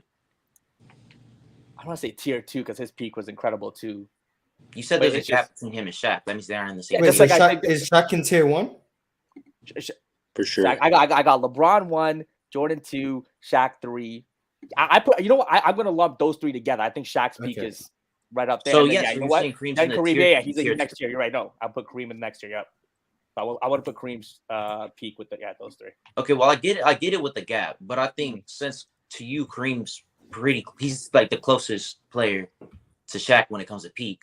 Yeah. And then do you agree that Kareem had better longevity? Kareem did again. Kareem 15 All NBA team, Shaq 14. I think Kareem maybe had more seasons where he was still okay. Well, how long do you players? But I think all NBA caliber season should be way more in longevity than just being serviceable. Say it again. What were Shaq's prime years to you? Shaq's prime years to me, I would say. Honestly, I mean, right after I might even include his rookie. I don't want to say his rookie years as prime, but second year in the league. Okay, we'll say. So 93 until when? 93 until 06. I'll give him 06. I won't give you. 05. 03. Oh, 05. Yeah, 05. I can Look at the first year of Miami. I think he was still a league player. Second year Miami, injuries. But I don't know. Averaging 22 and 10 as a league player. How long was Kareem's prime? I think that's good. That's really good. Well, Kareem's definitely till from day one. So we got 69-70 until when? 69-70 until 85, early 80s. Or mid 80s. His prime. Yeah. For me, I think Kareem's prime ended in 82. But that's me. 81, 82. I wouldn't know. So I don't know. I just feel like Kareem about that too. I think Kareem had better in terms of comp and playoff translation. I think he's there. I think as a scorer, I think Shaq is better, but he's also there. I think as an offensive player, Shaq is when you factor in gravity and everything like that, I think Shaq you can give Shaq the slate, but Kareem is also there too. And then no doubt, Kareem is providing, I think, much better levels of defense, especially in his peak years and his prime years. I think we look at Kareem's and to me, that's like the difference maker. If everything is like somewhat close in terms of offensive capability, and then defensively you're trumping someone, I'm giving you that slate. I think we look at. I think with the defense, I think Shaq's defense in the playoffs was he gracefully. It wasn't better than it was. I don't think it was close to what Kareem was doing back then. But yeah, I respect Shaq though as a peak player. Though it's crazy, honestly. Scoring gravity is GOAT. Like one of the. I think for me, Kareem, like with the whole like playoff performance thing, him in the finals performances, I think he was the best player on one of them. I think Magic deserved the 85 Finals MVP, not Kareem. So I think having one where he was the best player on the championship team in the 6 championships, I'm going to value Shaq being the best player on 3 of them. Okay, so let's go through Kareem's championship. So 71, you're saying he was the best, right? The best player, easy. In 1980, who was the best player in the Lakers? Kareem. Yeah, I think it's Kareem. Okay, Jaden's only said my bad. No, my bad. It's okay. Rookie Magic. My bad. Yeah. Okay, but so you think in 1982 when they won, Magic was already better than Magic? Kareem. Yeah.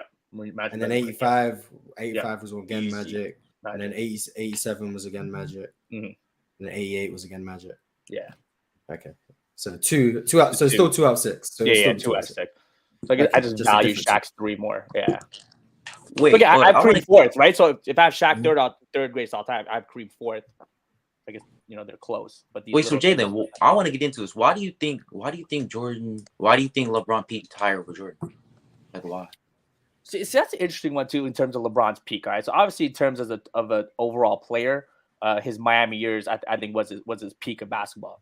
But then what I saw LeBron do in the playoffs, you could say from 2015 run, 2016, especially 2018 run. What he was able 2015 is one of his worst years. 2018 is so gas. No, hold on. The 2015 run when again he lost Kevin Love in the first round, and then Kyrie Irving was missing a couple games. It was also like his least efficient season since. Hold on, but again, hold on. Okay, sure, least efficient season. But again, taking guys like Matthew Dellavedova, Tristan Thompson, I believe J.R. Smith too, taking those guys throughout those playoffs, carrying them. No, he didn't. And the finals. Hold on, the finals. He's not playing well. The court.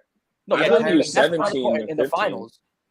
No, 15 I think was. I swear Tristan Thompson actually had a solid defensive playoff. Like, I'm sure he was fine. Run during that time. I think Jalen's going through some revisionist history on the 2015 Cavs playoff. Yeah, you don't want to use that. Kevin Love was hurt. Kevin Love got hurt against Boston in round 1. Yes, Kyrie entering the playoffs. I think he had like the most points in the playoffs debut. Kyrie got hurt. One of the highest points. He had like 40. Kyrie didn't get hurt till the finals, though, Jalen. You said he got hurt against the Hawks. No, he missed 2 games against the Hawks. Yeah, he missed 2 games with the Hawks. Yeah, he missed 2 games with the Hawks, which LeBron had to carry him. Yeah, but that's still not carrying. Only off, and then Kyrie lost. Kyrie got hurt. 2017 is like better for him than 2015. Okay, sure. Yeah, no, I mean 2018. 2018. That to me, 2018 was. I would say the peak of basketball I've ever seen anybody play was 2018. It's still one of his best. 2018 is so overrated. 2018 is so gas. 2018 is crazy. 2018 is overrated. That is crazy. Gas, bro. That is crazy. I was 2018 overrated. It can't be the greatest. I'll tell you right now, bro. This nigga LeBron was going up against the Indiana Pacers in the first round. It's not even about with David a mid-range defense with zero comp on it. I think the most impressive part to me, obviously, besides like playing well against the Warriors, is the Celtics. I don't think a lot of players can replicate that because of how good the Celtics were as a team. But those other 2 rounds, you're gassing crazy. I'm not even gonna lie to you. I think you have to focus too much on the comp. He's single-handedly against the comp. Every team that he played had more talent and was a better basketball team than they were. LeBron James was a separating factor in all those teams. That Indiana Pacers team was a better team than what the Cleveland Cavaliers put together around Lebron James. But because LeBron James' greatness, they're able to beat him. I think wait. So Jalen. And then he proceeds to play. Wait. He plays the Toronto Raptors now. If again, a perennial 50-win team in the East. Are you serious? You're gassing this team? What is DeMar known for? What is DeMar known for? They're known for beating LeBron. He was misutilized. No. See, this is where I need you to stop dick riding. Just answer the question. What is DeMar DeRozan known for? Playoff dropping, right? Playoff dropping, yes. Were the Raptors not a team pre-Kawhi Leonard who will go up against teams that they should beat and playoff drop as a team? Even Lowry had a very shitty series in that series.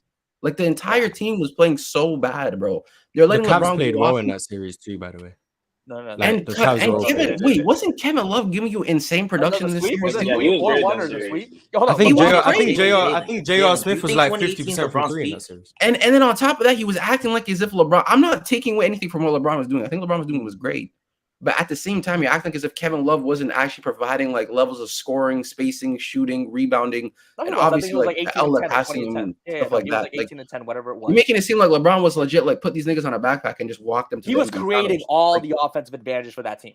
There's no other player in that team creating offensive. Most of it, yeah. But you're at like, and then you're gassing up teams like the Toronto Raptors, bro. Again, just because the Toronto Raptors, most of their struggles came against LeBron. They were beating. They would get past the first round. They would get past the second round, and they would lose to LeBron. Wait. So Jalen, do you think 2018 is Bron's best year? Say it again.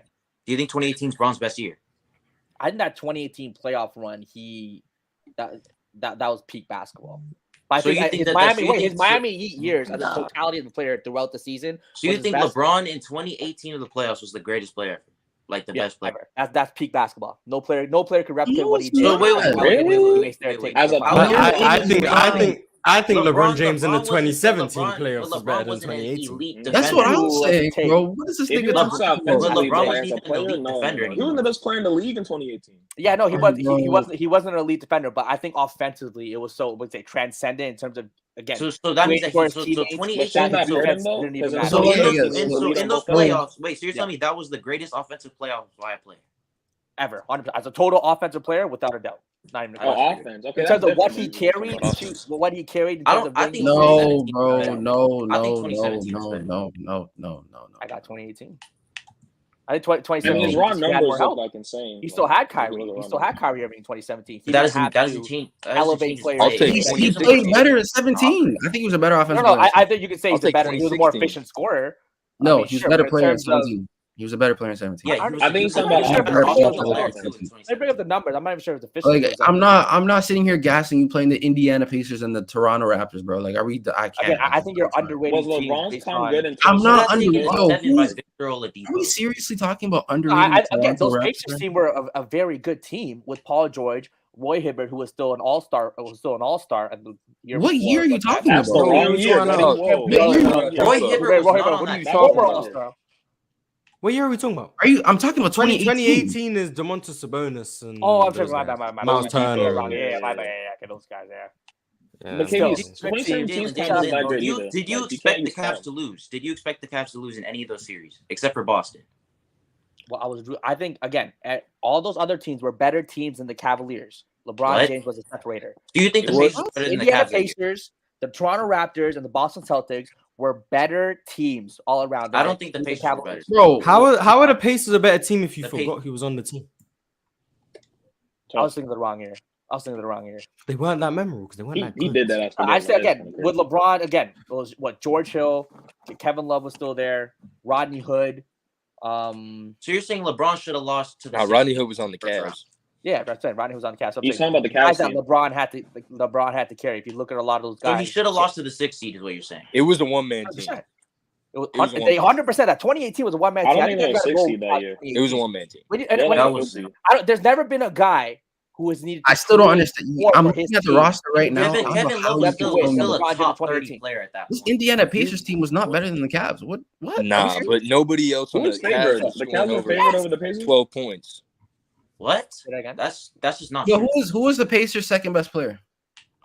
Pacers' second best player was it Sabonis at that point then? Either Bojan or Sabonis. Sophomore Sabonis, who didn't even start, I don't think. It might have been Bojan, probably. Maybe Bojan. Maybe Bojan. Bro, are we serious? Hey, Bojan. Yeah. We'll see how the Bojan Bogdanovic. This is the team that's better than the 18 Cavs, man. I guess, bro. Wait, was Tyreek Evans on that team, or is that the next year? Lance I know they had Lance Stevenson on that. They had Lance Stevenson. Lance is still good for a point now. Lance is still good for a point. No way, we're gassing Lance. Victor Oladipo. No, we're not. My man, Victor Oladipo. Yeah, Victor Oladipo had his All NBA season. I remember. No, that's fine. I can give you that, but then it stops pretty much after Victor Oladipo. I'm being real. No, but I mean, look at the Cavs though. You got LeBron. You got LeBron. LeBron, Kevin Love.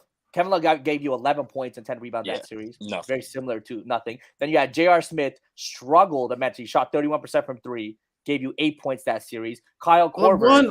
Stop. Jalen, if you're going to do that, then you can't say that Toronto should have beat the Cavs, because if we look at the production of the Cavs in that series versus Toronto, then we'll just say the Cavs had a better team than Toronto. I was about to say that too.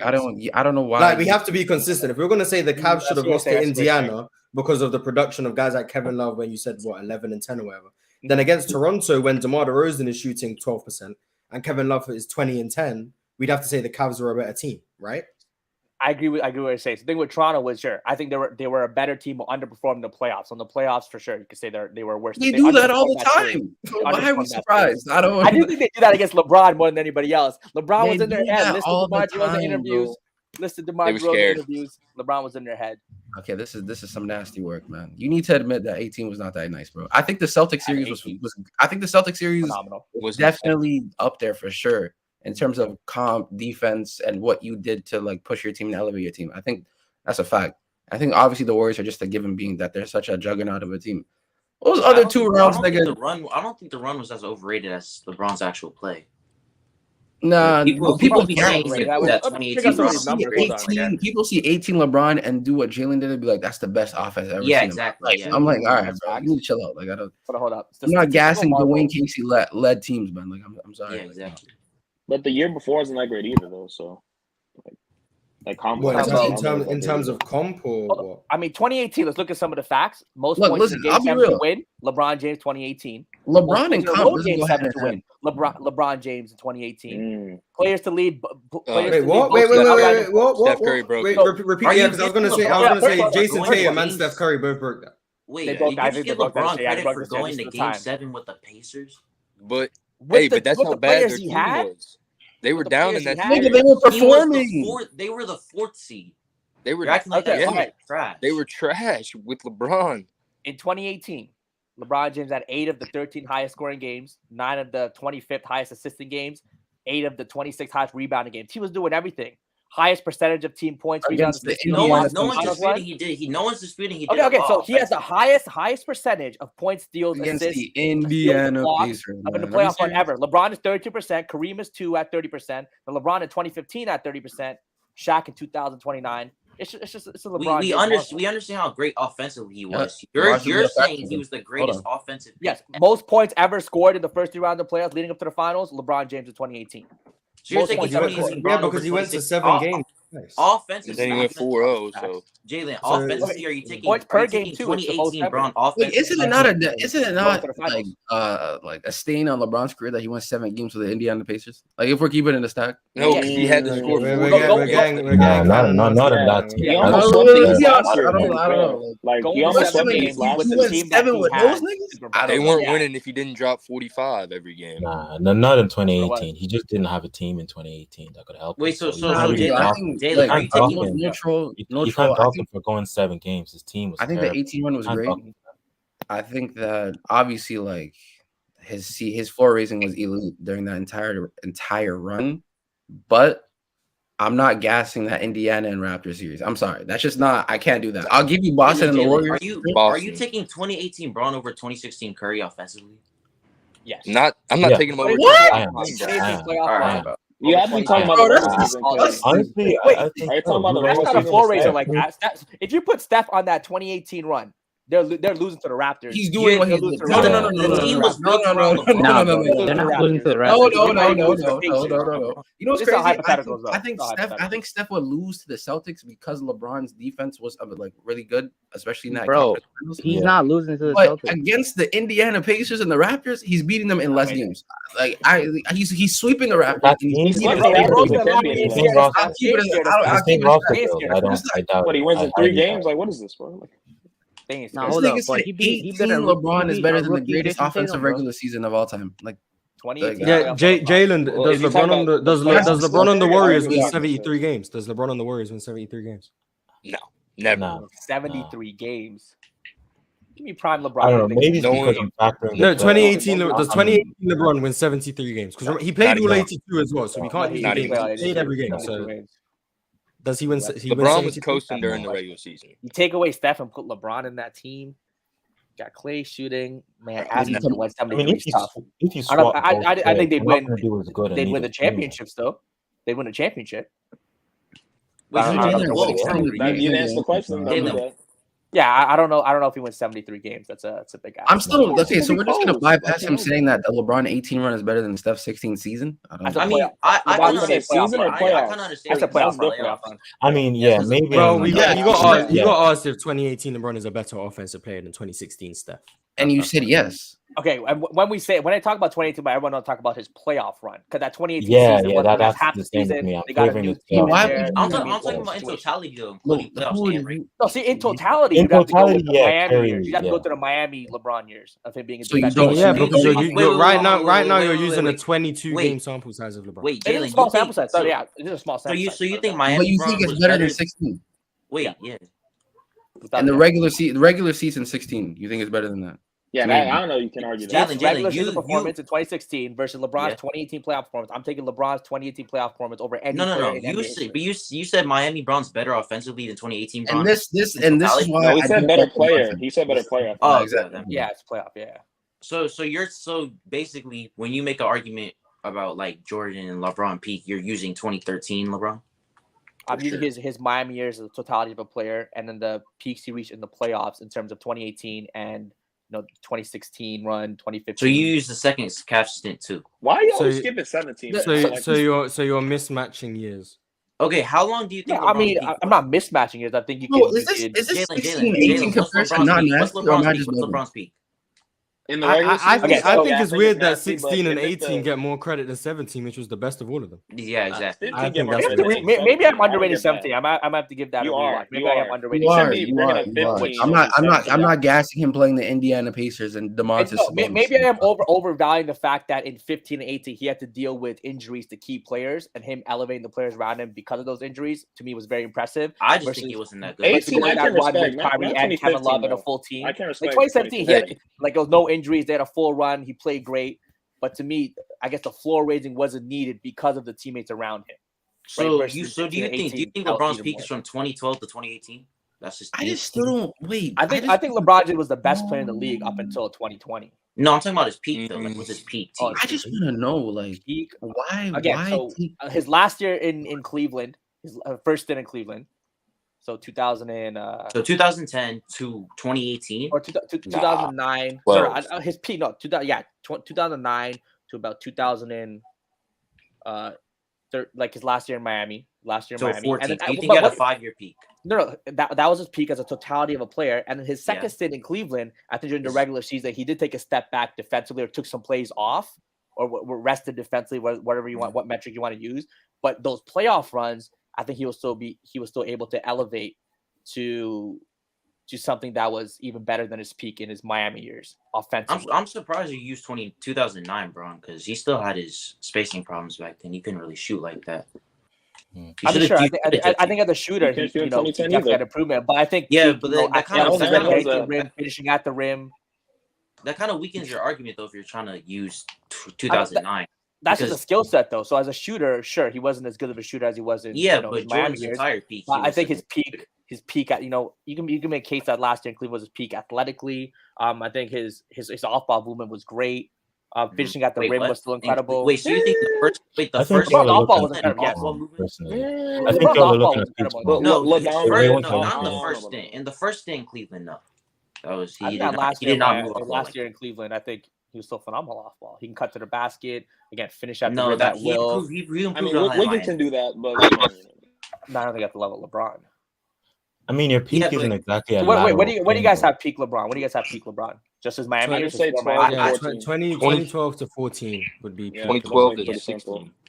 2015 is not going in LeBron's peak. Yeah, 15. Like you got 2017 is way better. Way better. It's not even close. 17. Even in the playoffs, LeBron couldn't even shoot 40% in the finals. I mean, I get that there's that Chicago Bulls series awful. The finals, pretty mid. Wait, 2015? You mean 2015 finals or 2015? 2015 finals.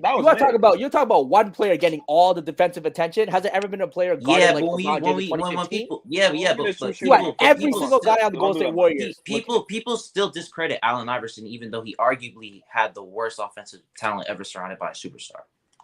Allen Iverson had more talent than LeBron James did in 2015. We still discredit him for his inefficiency. What?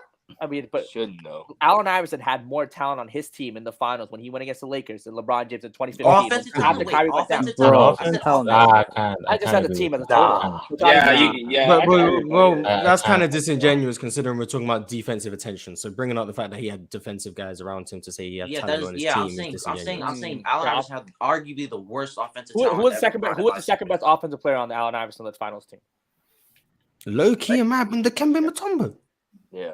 Damn. Like because Aaron McKee offensively, you know what's Eric Snow. J.R. Smith is better offensively than any of AS teams. In that finals, J.R. Smith wasn't really. I mean, it might have been Matthew Dellavedova. Yeah, I don't think he played well. That's all. It might have been Matthew Dellavedova versus Aaron McKee. Did he play well? I don't remember. J.R. Smith himself provides more spacing than anyone on that 2001 team. That's true. That's true. But I would say his performance in those finals. I mean, no, I'm saying just J.R. Smith and Kyle Korver itself already just tipped the scale to LeBron. Korver wasn't on the team. Korver was not on the team, though. Yeah, Korver was not on the team. 2015 was J.R., Delly, Shumpert, Mozgov, Tristan Thompson. Was Sean Marion on that team? Mozgov. But did he get traded? I don't think Sean Marion was on that team. Don't forget about Mozgov. Yeah, Mozgov. J.R. Smith enough finals. So I mean, neither team was really great offensively. When you include peak, if you're gonna include the second stint in Cleveland, you can't really include 15. To me, that was his worst year since his rookie year. Yeah. I don't know why he came for 15. Well, no. 23 is worse. I'm not gonna lie.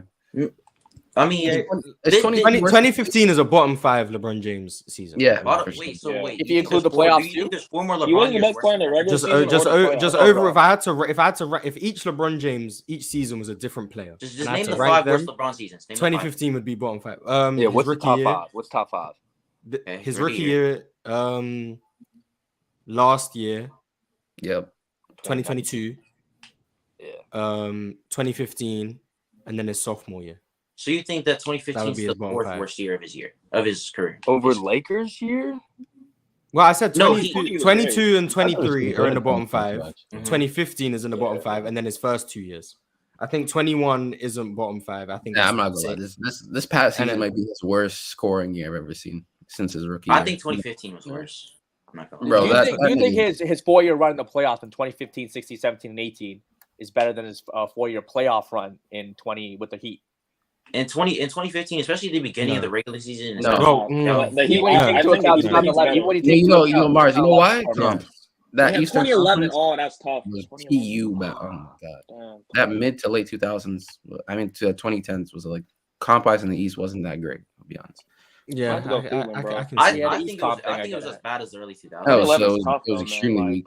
That is tough, bro. I'll go. Can we get off LeBron James, please? Yeah. I'm gonna read some super chats and then I'm gonna move a couple of you on because I have a few people who haven't come up yet, and then we'll see what's going on. So I'm gonna move Kai on. Jalen's been providing me with great content, so I guess he gets to stay up. But I'm gonna move KB. I'm gonna move you on as well. And then I'm gonna read some super chats and get the last group of people on because we have Chill with Chill coming up soon, and I will lose my viewers to them, so I cannot go overrun. Marquivion Black said, "Respect. Start bench cut Anthony Edwards, Shea, and Jamal Murray." I'm gonna ask all of you one by one. Jalen, start bench cut. I'm gonna start Shea. I'm gonna bench Jamal Murray, cut Anthony Edwards. Lola, start bench cut. Start Shy, bench Jamal, cut Anthony. RJ? I'm a bench. All right, so I'm gonna start Shea, and I'm a bench Jamal Murray, and I'm Anthony Edwards after that. Levi? Yeah, that's easy. Start Shea, bench, and cut Murray. And Jake? I think I'm gonna go start Shea, bench, and cut Jamal. Even though Jamal was balling in the playoffs, so. I don't hate that. We might have some playoff bias in us with the So all you guys are starting Shea. I like that. All you guys are starting Shea. Sure. He was really good this year. Canadian. I mean, if Shea had Nikola Jokic, bro, like and playing with Jokic. Yeah, I was gonna say. I mean, OKC with all those picks and young guys, are they ready to make a trade for a big stud to pair with Shea? Like, let's say if Joel Embiid wasn't happy, could they trade? Hold up, would you trade Chet and picks for Joel Embiid? No, I wouldn't go anywhere near Embiid, to be honest. Okay, I mean, Chet is just as big an injury risk as Embiid, no, but at least Embiid, you know what he is in the league. That's what I'm saying. And OKC have like 612 picks that you can really afford to give up. That shit with Embiid, Josh Giddey, Jalen Williams, like that team is a playoff team, no doubt. What they do in the playoffs, that could just. I would do that. Me personally, I would do that. But thing about Embiid is he always gets injured at the end of the season because he can't play that many games. I mean, are you willing to place that Chet would stay healthy? Nah, I mean, you gotta take a risk because Embiid hasn't proved anything. He's never got to the Eastern Conference Finals. So you think Embiid's like what, 28, 29? Do you think which is more likely, Chet ever reaching the level that Embiid's already reached and staying healthy? Or Embiid's playing at the level he's already shown us that he's at and just staying healthy. So Chet has to not only improve and get to Embiid's level, he also has to do that and stay healthy, or Embiid just has to stay healthy, which is more likely. So if I was an owner and I would see Embiid's resume right now, I would say I would rather stay with Chet because you don't know what he's gonna be, you know what I mean? And Embiid hasn't proved anything in his NBA career. Like his first 3 years he was injured like majority of the time, and now like you can't even go to the second round without him not being injured. Hold on, we're not going to say Embiid hasn't proven anything. I mean, this guy's an MVP, All NBA caliber player. Fake for a few years MVP. now. Go, You got fake MVP, bro. I mean, Fake sure, but he's MVP. still what? You know it. You I mean, know past it, 2 years, 33. MVP. Hold on, like a guy who's averaging 33 and 10 on good efficiency, 30. I mean, we're not going to say he's accomplished nothing. That's strong. You know what I mean? Like Joel Embiid. He hasn't got to the third round. And bro. another thing is, how long is he going to play That's like a team this? thing. Like, do you see him playing this for another like 3-4 years? Look, I don't give think me so. 4 years of this Embiid to pair up with SGA again with Giddey, Jalen Williams, and maybe Trey and make a championship run.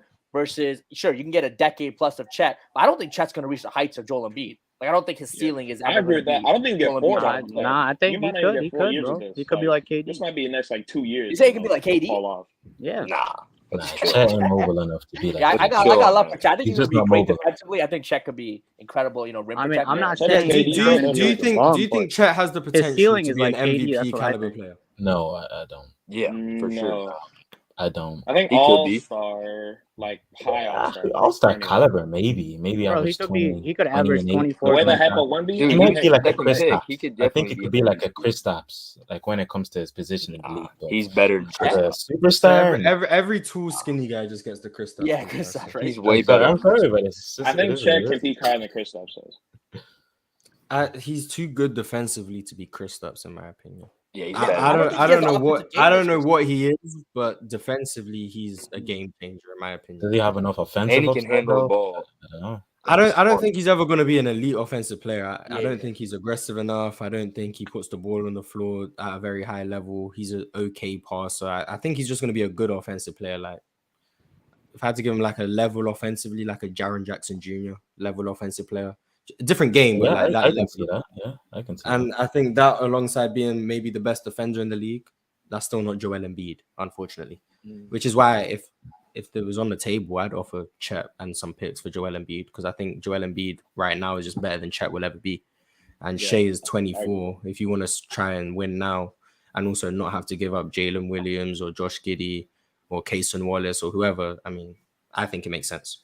Personally. Oh wait, you don't have to give up Giddey. Oh, that changes things. Well, But But I don't think that would be realistic. They'll probably ask for Giddey or one of Jalen. Oh well, I'm not blowing up my team just to have Shea and Embiid. that's what I'm saying. Then you're that's what I was thinking. Big time. I was just saying like basically 1 for 1, and maybe if you need contracts to match, you just throw. Oh yeah, no doubt. Yeah, whoever, it changes. Because if you put Embiid on the Thunder right now, are they title contenders? Like I don't really. If you replace, if you put Embiid on the Thunder that existed last year because Chet was hurt, so just put Embiid on that team. I think they can make the second round, right? Third round. But I don't know if they win in it. I don't think they beat Denver.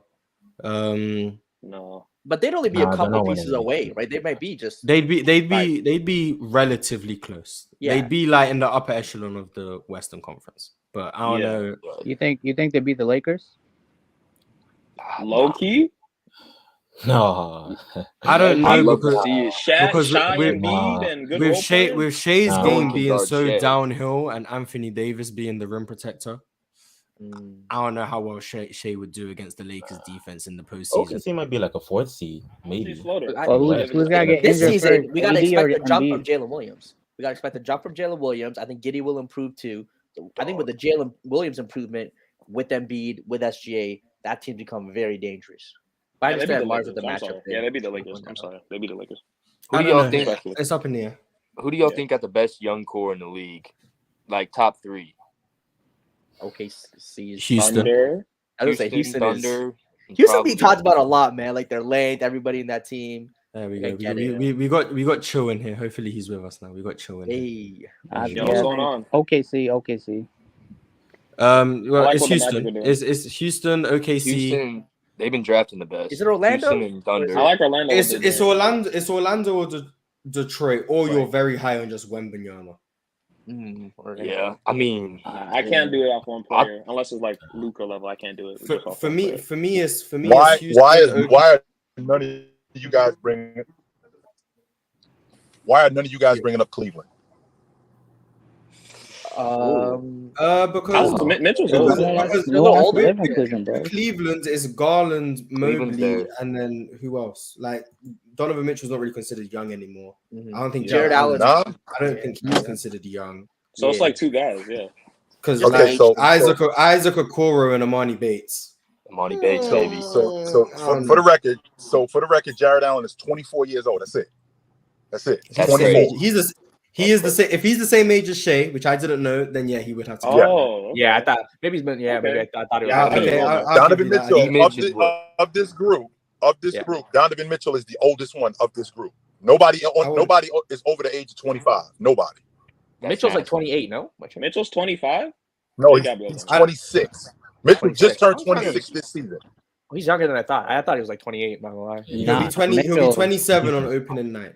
I think by next year he can't be considered like a young player anymore. But yeah, when I saw Mitchell and OKC like against OKC in that playoff series, I was like, yo, he's gonna be. No, you're right. In that case, they probably be the third team. Yeah, we can say Cleveland. Jarrett Allen just turned 25. Oh, 25 that number. I don't know. Where is the cutoff for a young player? What age are you where you're no longer considered young? 26. I would say 30. I thought like 25 or 24. I mean, it's more like years in the league, though. Yeah, I think years in the league matters too. You know what I mean? Like after. When Buddy Hield came in and he was 22. Yeah, was he still a young player in year 3, even though he was 25, 26? That's I don't consider him a young player. You got to take in the new health and technology, all of their stuff for the players. So I would say 30. Oh, but Shea is back also then 25. it was like 25. It would be like considered young. Shea I think just under 25 last week. Under 25. I think What? for sure. Damn, everyone's getting older. July 12th, 1998. What the hell? Time flies. But like the best is Chris Duarte. He was a rookie for the Pacers last year. He was 24. Is he a young player? Because to me, I'm not considering. Even though he was a sophomore, I'm not considering him a young player. That's just me. So like, I'm looking at it from an age standpoint, not really an experience standpoint. Like when Dikembe came in, I think he was 25. He just never came in as a young player. 25. So he was never a young player in the NBA. Oh yeah, he just never was a young player. Yeah. So Mars, they're crazy in that. So Mars, if we doing that, then Jason Tatum ain't a young player, even though he just turned 25 this year. Yeah, I don't consider him a young player anymore. I think I consider Luka a young player. I consider like everyone from like that 2018 class up is still like a young player. But like 2017 and before, I don't really consider you a young player anymore. So Jason Tatum's not a young player. Brandon Ingram isn't a young player. Jaylen Brown isn't a young player. Ingram's like 27. Is there age or experience? Or how old is he? How old is he? Ingram. He's like 26, right? I think he's like 27, to be honest. Let me check. Oh yeah, he's not young. Yeah, he came in 2015. Yeah, he's 25. What is going on? He's 25. Ingram's 25. He came in young. Then. That's insane. Yeah, he turns 26 in September, but he's 25. Okay. He had a whole career already. That's outrageous, bro. If we had a guy in the NBA that in a 5-year stretch, we had a guy in the NBA in a 5-year stretch. He finished in the top 2 in league MVP votes 3 straight years. He was an all-league defender and an all-NBA performer. Would we be calling that guy a bust, or he did nothing? Hell no.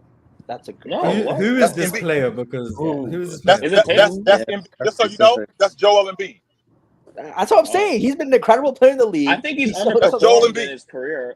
Bust. People are more down on Joel Embiid now because he won the MVP and he still hasn't made the conference final. If he never won, if Jokic three-peated the MVP, people wouldn't be as mad about Embiid as they are now. It's because he got the award. That's not true, bro. Game 7, what did he perform, bro? And Embiid's like a perpetual. Yeah, he played poorly. I'm not taking away the fact that he played poorly. I'm saying him playing poorly after he had just won the MVP is why people view him in a more negative light than if he played poorly and Jokic won the MVP. Yeah. Honestly, I think he should have won the MVP last year instead of this year. So do I. I think Jokic was the MVP this year and Embiid should have been last year. Exactly. But I would think Embiid performed poorly in Game 7. That's why, like, people like me, we think less of him because him and Harden don't. They always have duds in the playoffs. Yeah, he just burns out in the playoffs. He performed the entire playoffs, but that's another story for now. How many more times can we give Joel Embiid the injury excuse in the postseason? I stopped doing that. Like Done. last I'm year, done. to be honest. I stopped doing After that this last year, I'm there's out. no injury. I mean, After the if Heat, I he's was always done. hurt, that's the part of his story. Yeah, because I think he content. like let's go back. So 2018, I think he was healthy. I think they just lost to I can't remember. I think they lost to Boston in 2018. And then 2019, he had the stomach virus against Toronto. And then didn't play well. And then 2020, Ben Simmons was hurt and they lost in the bubble in round 1. 2021, he played with a torn meniscus. 2022, he had like a fractured thumb and a broken face. And then this year, he had the MCL sprain or the LCL sprain. So he's been hurt in 5 out of 6 postseason runs. That's pretty wild. So maybe it's just you know why that is. I think that hurts him though. I think that should be an account. I think that should there's videos of him eating fucking McDonald's on the side of the bench, bro. Yeah, that was like take care of his body. I mean, that's the diet thing, sure. But he's also what? He's also 7 foot, 280 pounds or whatever. So anybody he's a very big human being. Yeah. So anybody that size is going to get injured. I mean, food. Nutrition is like key to having long health, bro. Sure. So, like, you don't know what he eats on the side, bro. Like, if he's eating McDonald's in the arena, that's crazy, bro. I mean, yeah, but I mean, sure. You the same dude. You the same dude. You the same dude that got up here and told us that he didn't. Go just start shouting now. I can't hear. That's you. You said that. You ain't say. You said that. You said. You only saying that say it because again. that's what everybody else said. Say it again. What do you really think about Jokic? Wait, can you repeat that? You were coming in and out. Chilltown cooked him, but we'll never know what he said. Yeah, never know. Yeah, you cut in and out when you were speaking, so we didn't really get the full gist of what you were saying. But it sounded like Maris, can I ask something? We don't know what he said. It's about the criteria. All right, bro, cook. Yo, chill. Say it again. What's it called? Or what's the best player ever? Who's the best player ever that never won a championship? Because I still don't understand how you guys do your criteria. Because to me, the way you guys call the greatest player who never won a championship, in a way, is the same way you guys should use the same criteria for everybody else. Like, besides championships, what's the overall criteria for a player? The best player to never win a championship, unfortunately, is probably that power forward from Utah. But because I don't want it to be him. The longevity or it's longevity alongside the fact that he was just really, really good at basketball. But I don't want it to be him. So I'm gonna use this time to push some Steve Nash propaganda. Steve Nash, not Barkley. Steve Nash is the best player to AI never or win a Barkley. championship. Over Barkley? But Barkley is so bad defensively at a position where playing defense is important that I'm a bit lower on him. And also, why would he be the greatest player that never won a championship? Was he guarding like the worst player offensively though, or like was he actually guarding like the power forwards? Well, they couldn't put him on wings because he couldn't move his feet, so they had to put him closer to the rim for rebounding purposes. But he couldn't play post defense, and then any big who could like stretch the floor to 15 feet, he wasn't really extending that far anyway. No matter where you put him on defense, he was bad. Basically, he didn't offer rim protection, but he couldn't play defense on the post, and then he couldn't guard on the perimeter. So all he really did defensively was rebound the ball, which is great, good value. But oh yeah, Patrick Ewing, I forgot about him. My bad. But that's why I'm lower on Charles Barkley, because of how bad he was defensively at a position where defense is important. If he was a guard that bad defensively, you can kind of look past it because a guard is less consequential. But when you're a 4-man in an era where the bigs like reign supreme and you're that bad, you kind of hurt your team. And that's why no team that Charles Barkley was ever on really had a good defense, whether that's Philly or Phoenix. And then obviously in Houston, he got there with Hakeem, and their defense still wasn't even that great, which is kind of a surprise. So then what's your criteria for having Nash over Barkley then? I'm not gonna lie, when I did the live with Dream and we did our best players ever, I don't know if I had Nash over Barkley. I might have. Someone might want to remind me. But Nash just being one of the best offensive engines we've ever seen, and also him being a bad defender was just less detrimental than Charles Barkley.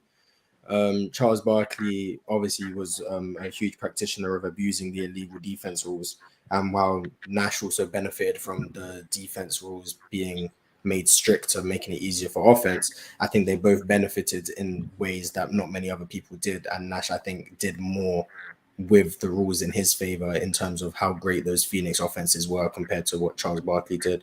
Obviously, him being one of the best shooters of all time, one of the best playmakers of all time, one of the best passers of all time, whereas Charles Barkley, who's also one of the most efficient scorers you've ever seen, but just overall, I think his passing gets a bit overblown based on highlights where consistently he wasn't that great of a passer.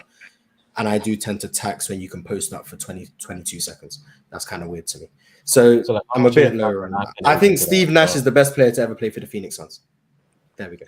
Does that include accolades as well? Because he has back-to-back MVPs. What about Oh yeah.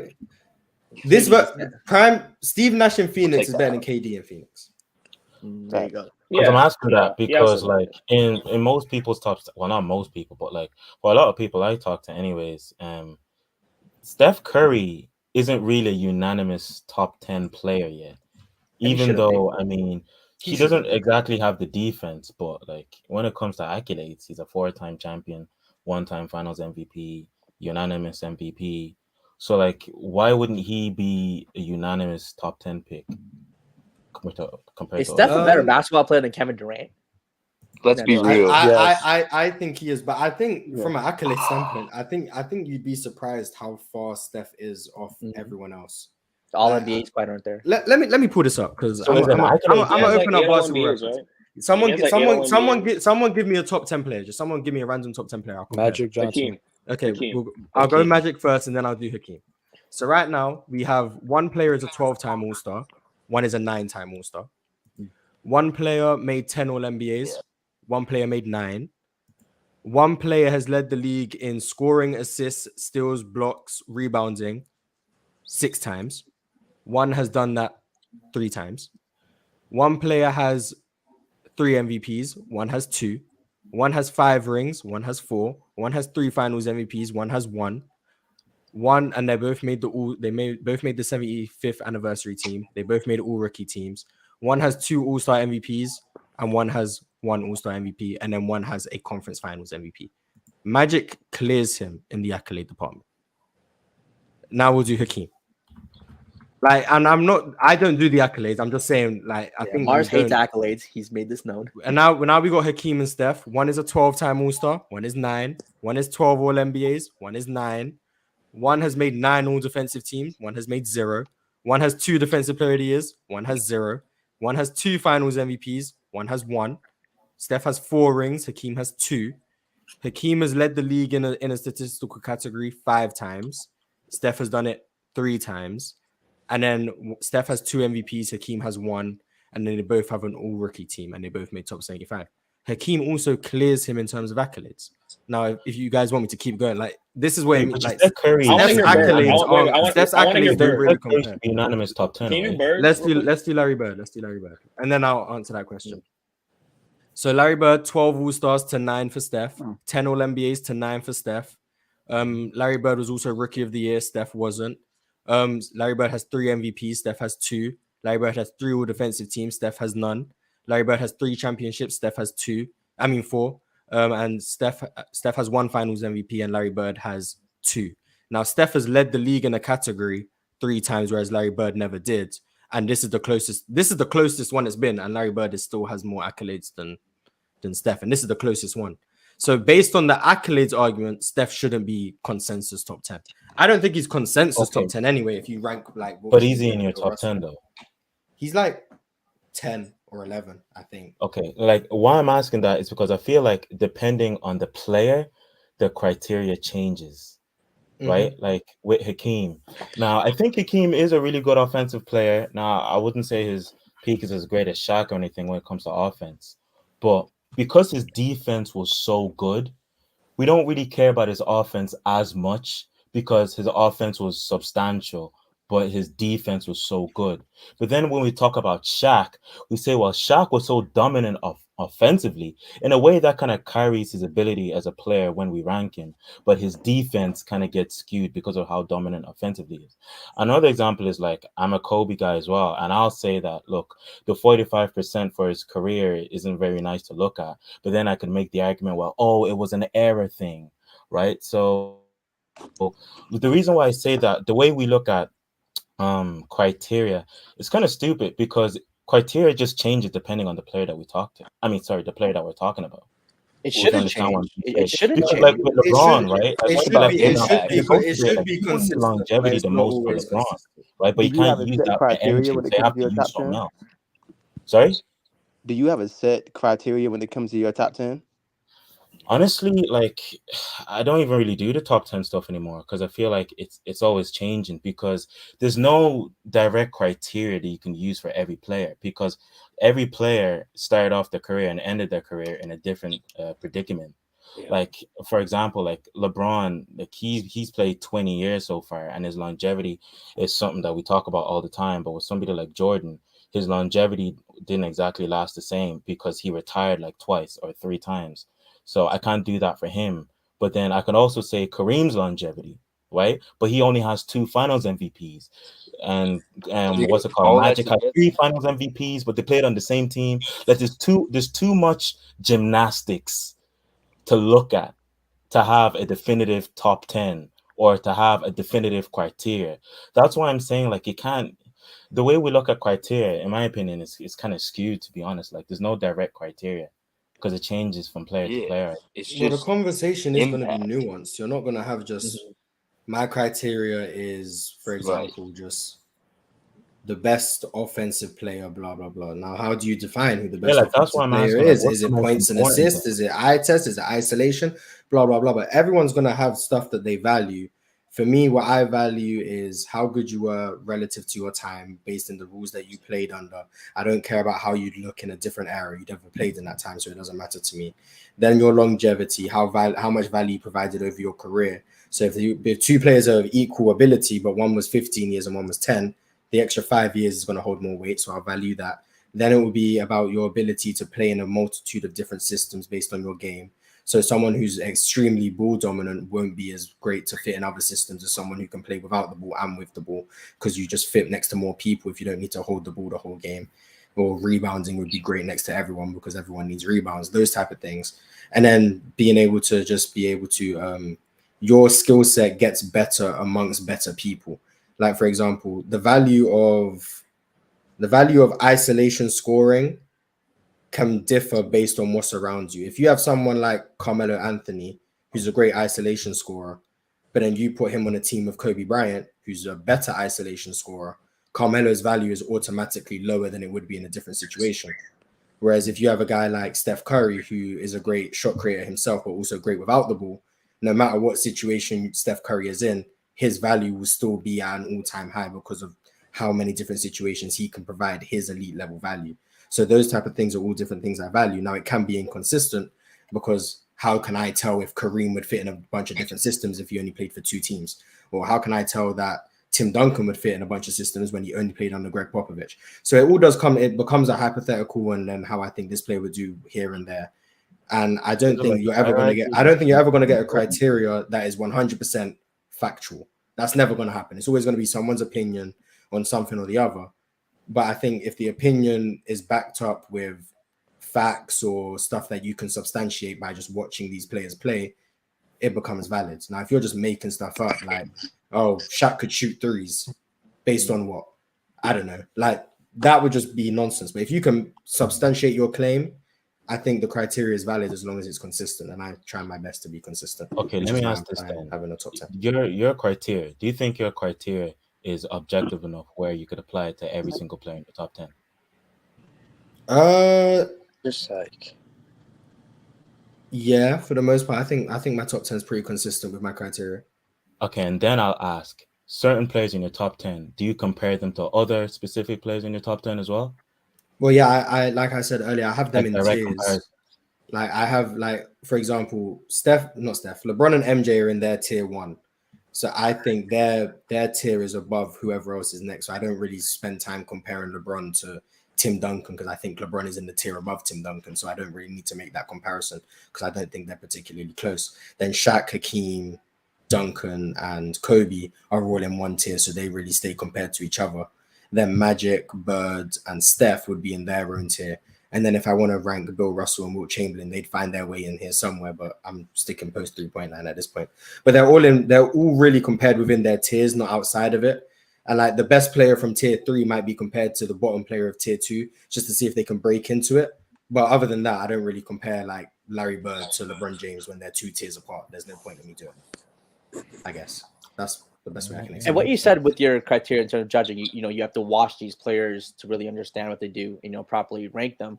I think there's less than 5 people on all the platforms I've been on who can based on that. Because respectfully, I think Mars and Low clearly have put in the time to watch more games than anyone. And you can see by the way they talk about basketball that they watch the games. But in reality, like rest of us here, not just you guys, myself, and most of people, 99.9% of people, I haven't seen more than like in my life. How many Kareem Abdul-Jabbar games have I seen? People might never. I say 30 and under. How many Kareem? I've probably seen less than 5, if that. Like Kareem Abdul full games of Kareem Abdul-Jabbar. Probably like less than 5 games full. I've seen some fast forward like the finals, fast forward, even though they're terrible to watch. You'll fast forward to watch them.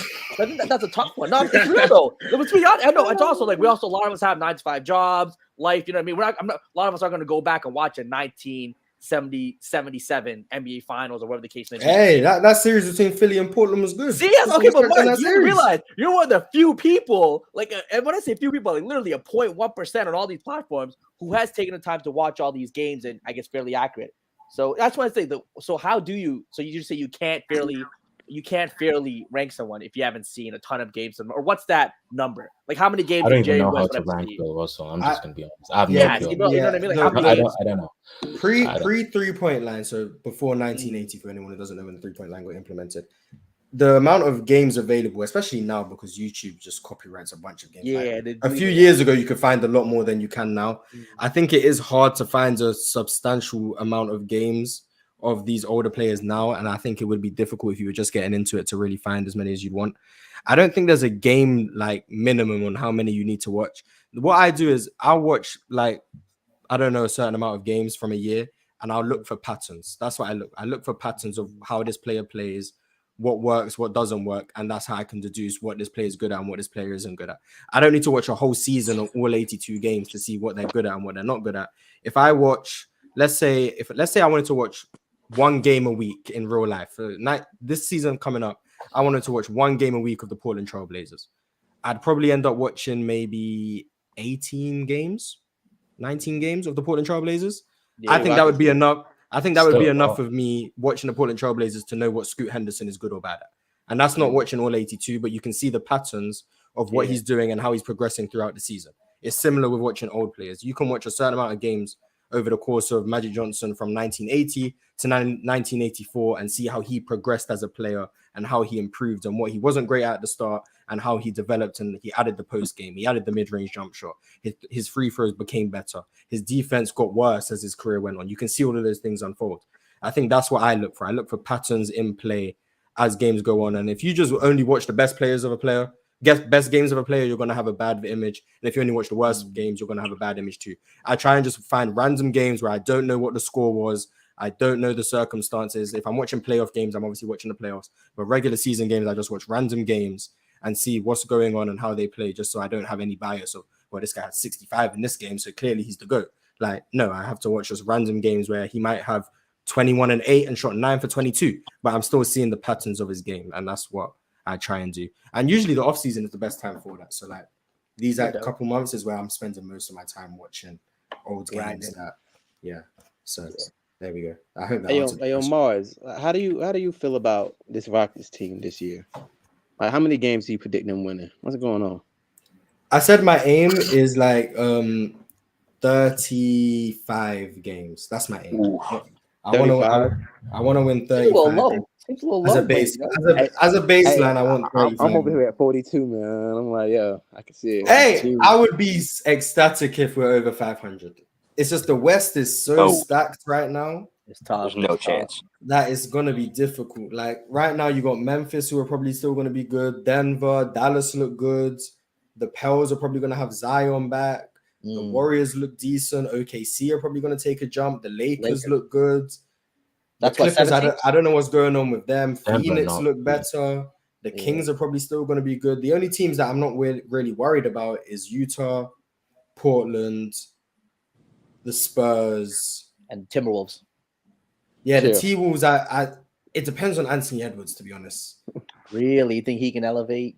I think Anthony Edwards. If Anthony Edwards takes a playmaking jump, I think the Timberwolves would be good. But I think there's like 11 playoff caliber teams in the West. So if we end up coming 12th in the West, I think we were just the best of the non-playoff caliber teams. Because I don't think we're going to be in the playoffs this year. Because I don't. Yeah, we're the best of the worst. Basically, I think we're going to be better than Portland. I think we're going to be better than the Jazz, and I think we're going to be better than the Spurs. But every other team genuinely can compete and be a decent team. So if we can break into the play-in, I'm gonna be ecstatic because I think you're going to need like 43 wins to be in the play-in, and I don't think we're going to get to that many wins. But this is a deep West. This is a pretty crazy deep West. It's ridiculous. But I'm hoping if we got 40 wins, it would be a very major successful season. And I only think that happens if Jalen Green takes the leap that I can see. He got to go nuts for that. I can see the Jalen Green leap, even from an unbiased perspective. I can see it coming. But I mean, yeah, with Ime, and I think I heard you talking about it the other day. With Ime being there and Jalen, just body wise, he has it in him to be a defensive player, regardless, athleticism wise. Anyway, I believe they have the potential to be a really good defensive team. I don't know how the offense will work out. It's up in the air. But I think a year or two, there'll be a really good defensive team looking at the makeup of that team. So I was just curious on that. How do you feel about Jabari Smith? I heard you say Trevor Ariza, and that's terrible. I haven't been able to unsee it since, but I think Jabari, his defensive deficiencies come from ignorance. When I see him play, he jumps for a lot. It's like a young thing. It's really a young thing when it comes to him. That's why I like the Ime move, because maybe, just maybe, he can say, "Yo, we need you." We honestly have a lot of freak athletes. We don't need you jumping all over the place to try to get blocks or steals. Like, just be disciplined on defense. What about offense surrounded by Sengun? An offense, or I think is Sengun the best passer on that team? You know, the small amounts of games. It's Amen Thompson now. You see my last name? Yeah, he's the third Thompson. He's the third Thompson here. Yeah, that's my last name. As soon as they went to the NBA, I'm claiming them. Those are my twins, man. Yeah, Amen is definitely, in my opinion, the best passer on the team, especially just because of how dynamic he is as a passer. Sengun is a bit more stationary.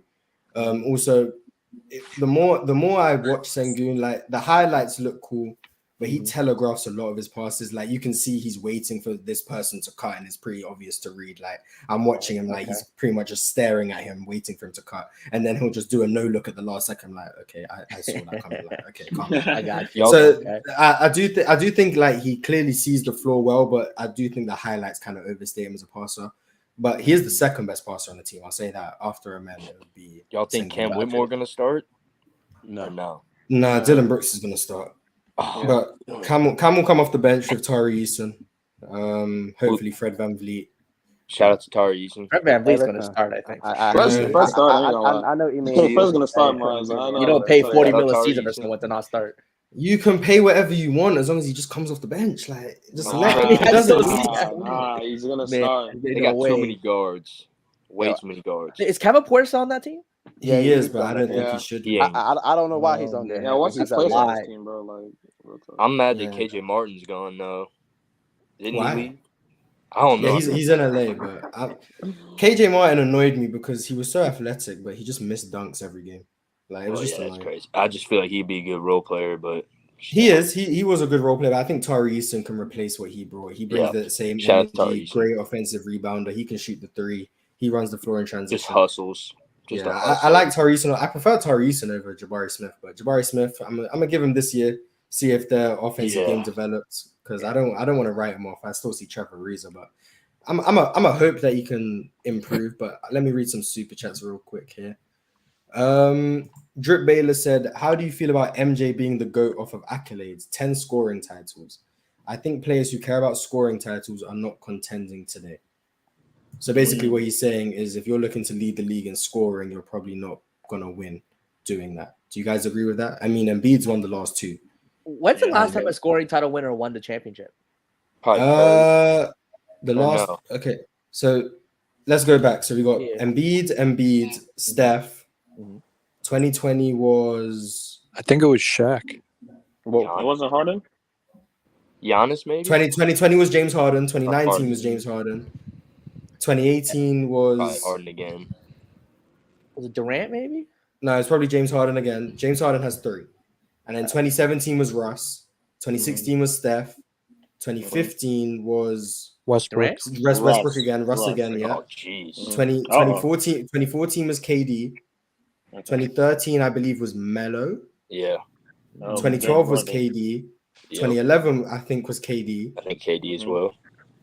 2010 was Bron? Nah. No, Bron never. No, he won it earlier. What was the year Bron averaged 30? I think 2008.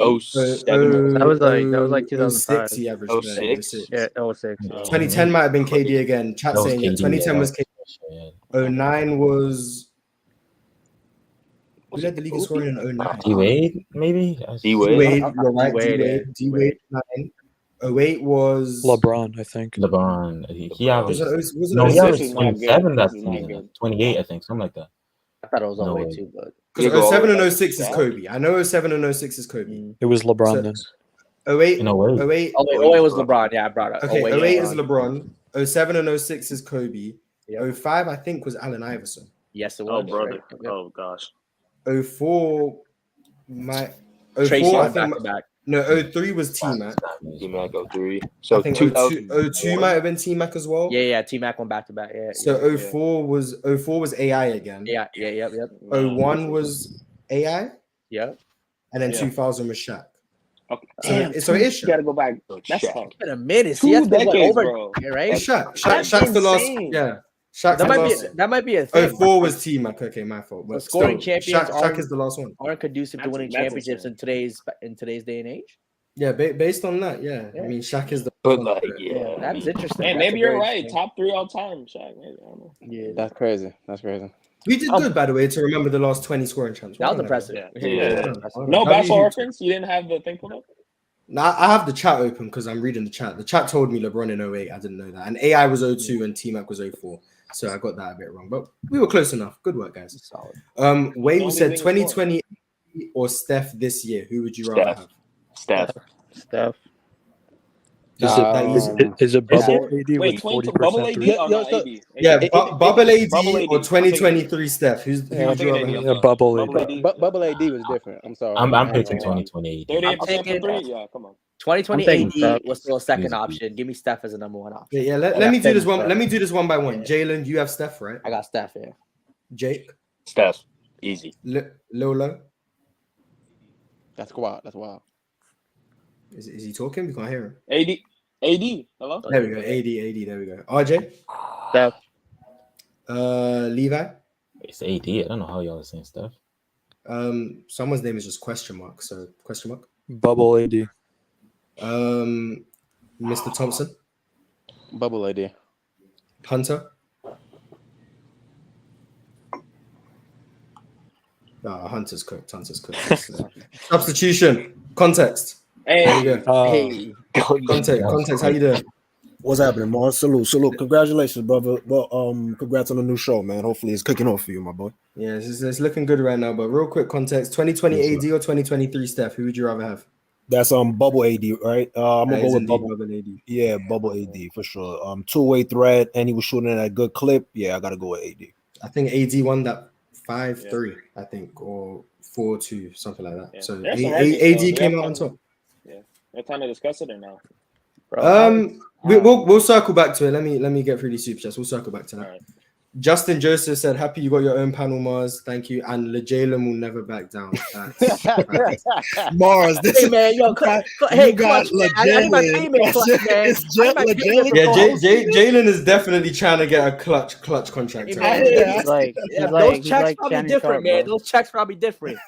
I ain't mad at it. Shannon Sharp. Rich Paul Merchant activated. I see that. Darren Gordon Hill said Jokic because at greatest. So greatest, I don't know what conversation you were having with Darren in the chat, but the answer is Jokic.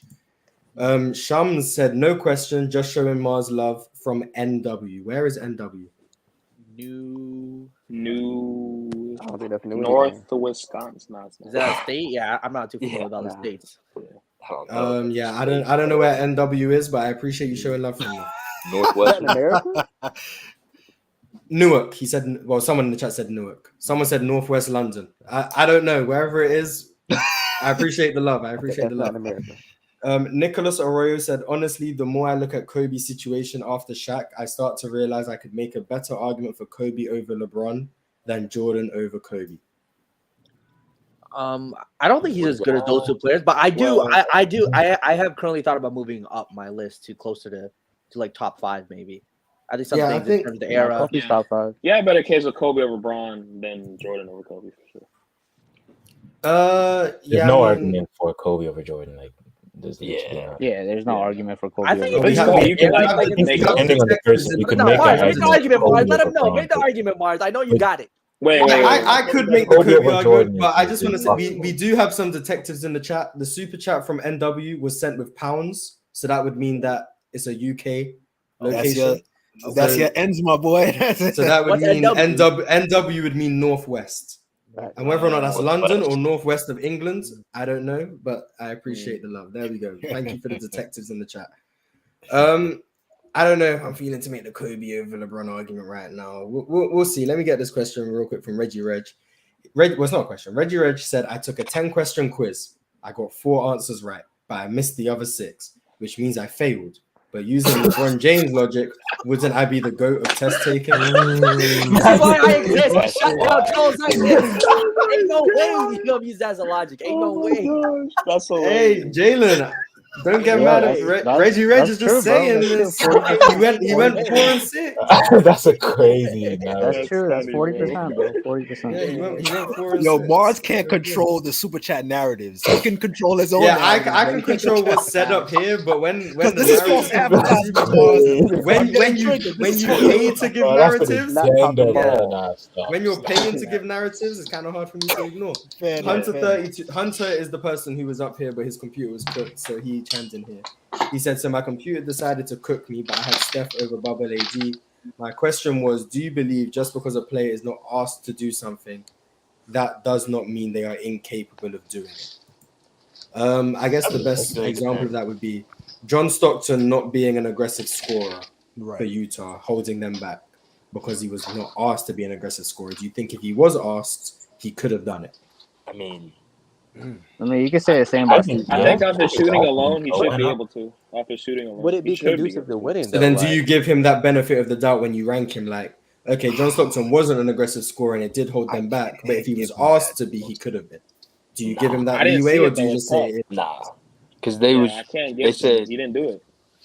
Yeah, I think it depends on how much potential they show with the skill set in the limited fashion that they do show the skill set. What's the sample size as well? I think it's like Manu Ginobili. I think everyone agrees, or everyone thinks he could have led a team on his own, be a 25-point scorer in the league efficiently. Could he have been the best player on the championship team for the regular season, playoff throughout? I don't think so. I think Manu Ginobili did show it. You just have to look in the right places. Like if you look at Manu Ginobili, I'm gonna be honest because I'm a Manu Ginobili fan, so I make sure if I can find something that's gonna help the Manu Ginobili agenda. No. Yeah. Would he be the best player on the 04 Pistons? Yes, he'd have been the number 1 option.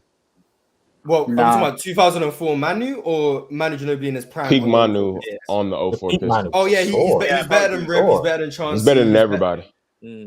I think it's close between him and Billups. Chauncey Billups. Hot take. Chauncey was the 4th best player on that team. Woo! Wow. Big shot. Crazy. Hold on. That means you have Ben, Rashid, and Rip, and wow. Chauncey would be 4. Does Tayshaun have an argument? Does Tayshaun have an argument? No. Wait.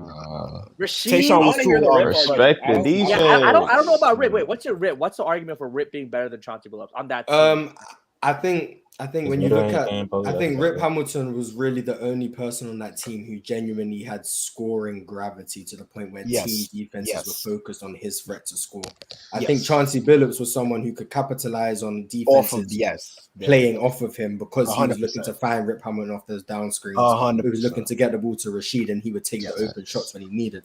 I also don't think he was a high enough level playmaker to where I could say that offensively he was bringing more value than a guy like Rip Hamilton, who was doing basically all the off-ball work, Agreed, drawing defenses to him. The Ben Wallace argument is pretty simple. One of the best defensive teams of all time. He's the anchor of that defense. He is the reason that defense was that good. That's the argument for Ben Wallace. Rashid, I think he was the best two-way player on that team, both sides of the ball. Defensively, he helped alongside Ben Wallace. He was a great post defender. He rebounded the ball well. He scored at a good level for that team. Probably the second best scorer on that team, to be honest. Stretched the defense, played out of the post extremely well. Tim Duncan struggled to guard him very much. I felt like he left so much on the table on that team. My fault, Mark. I didn't mean to cut you off. I felt like he left so much on the table because he was trying to change the narrative. Play a role. Like you know what I mean? Play a role, but also you got to remember. And he was trying to get out that Jailblazers narrative. There we go. There we go, Mars. There we go. I think Rashid, like Manu, could have been like a number one option on like. Yeah, Rashid. Other than Dirk, KG, and Duncan, Rashid was in that next tier of power forwards, and he was right there with everyone else. I mean, I think he could have like been. Rashid had a lot of talent. But he didn't try. I don't think he tried hard enough. You know, him or Webber. Rashid. I think Chris Webber. I think if you put Rashid on Chris Webber was the better offensive player in my opinion, just because of the passing. But defensively, Rashid Wallace was a great defensive player, whereas Chris Webber was lackluster. So I don't know. If you said I could get the best version of either one of them, I'd probably take Chris Webber, but I don't think he's far off. But I'm just very high on Chris Webber as an offensive centerpiece, even though his scoring is a bit overrated. I think Rashid could be. Y'all mess with Jermaine O'Neal or not? Not over Rashid.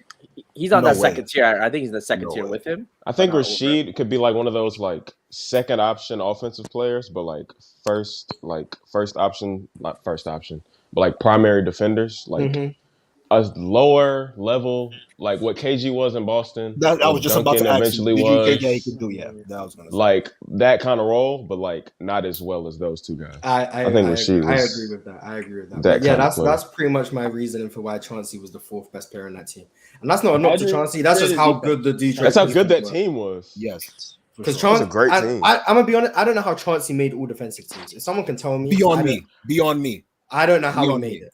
Like I think the team's defense was great, but Chauncey and Rip Hamilton were not the reason. Were the worst defenders on that team. I think all defensive teams sometimes they'll take players. Atlanta Hawks All-Star type of thing. The team is doing well. They play good defense, and you're on the team. So we're gonna put you in the. We're gonna. But like, were the other three players making the defensive teams? Well, Tayshaun was making defensive teams. Yeah, I know Tayshaun was. I know. I don't know if Rashid was, because Rashid obviously had KG, Duncan. He was never gonna make it. What was the guard? He was playing. If we're going by the eye test in terms of what Wallace's impact, I'm gonna say that he was. Yeah, he was just as impactful. Okay. Yeah. I mean, I don't think he was a bad defender. He wasn't an all-NBA defender. He was decent. Like he wasn't a liability, but he wasn't great. Yeah, he was cool. I know Ron played guard one of them years, bro. Because I feel like whenever he was going against a scoring point guard, like I think he was getting fried. Like Tony Parker fried him, you know what I mean? So I think it's just kind of disingenuous to say. And even if the guard struggled, it wasn't because of Chauncey. It was because the three defenders behind Prince Chauncey. on the best guard anyway. That's a fair point. Yeah, Tayshaun did. Chauncey's usually guard. Told go crazy on him. Oh my god, that's Manu. Manu was like that, bro.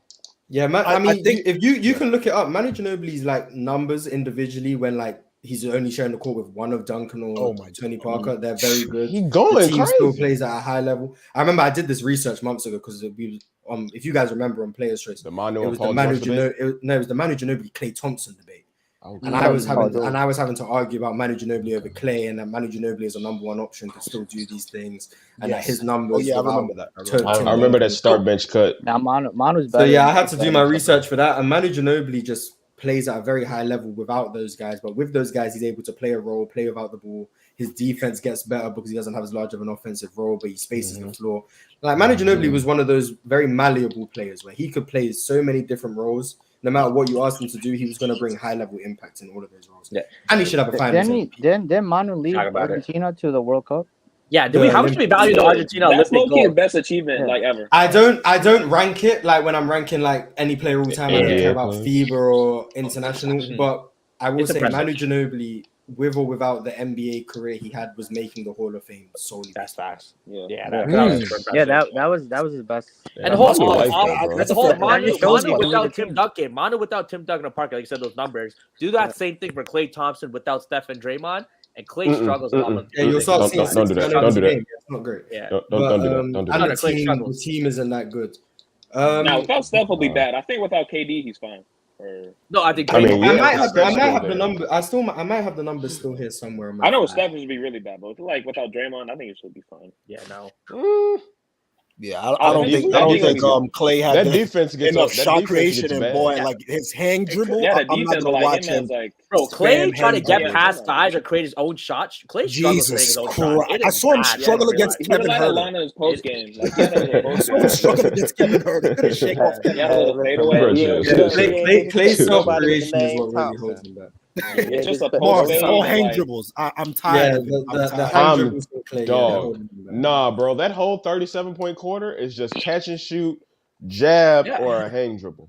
And the fact that he scored 37 is crazy, but like, nah, bro. The bag is empty. I ain't gonna lie. So I did want to ask Mars and then eventually throw it to the panel. Do you like looking at the roster construction for San Antonio, right? And let's say Wemby develops fairly healthy throughout the year.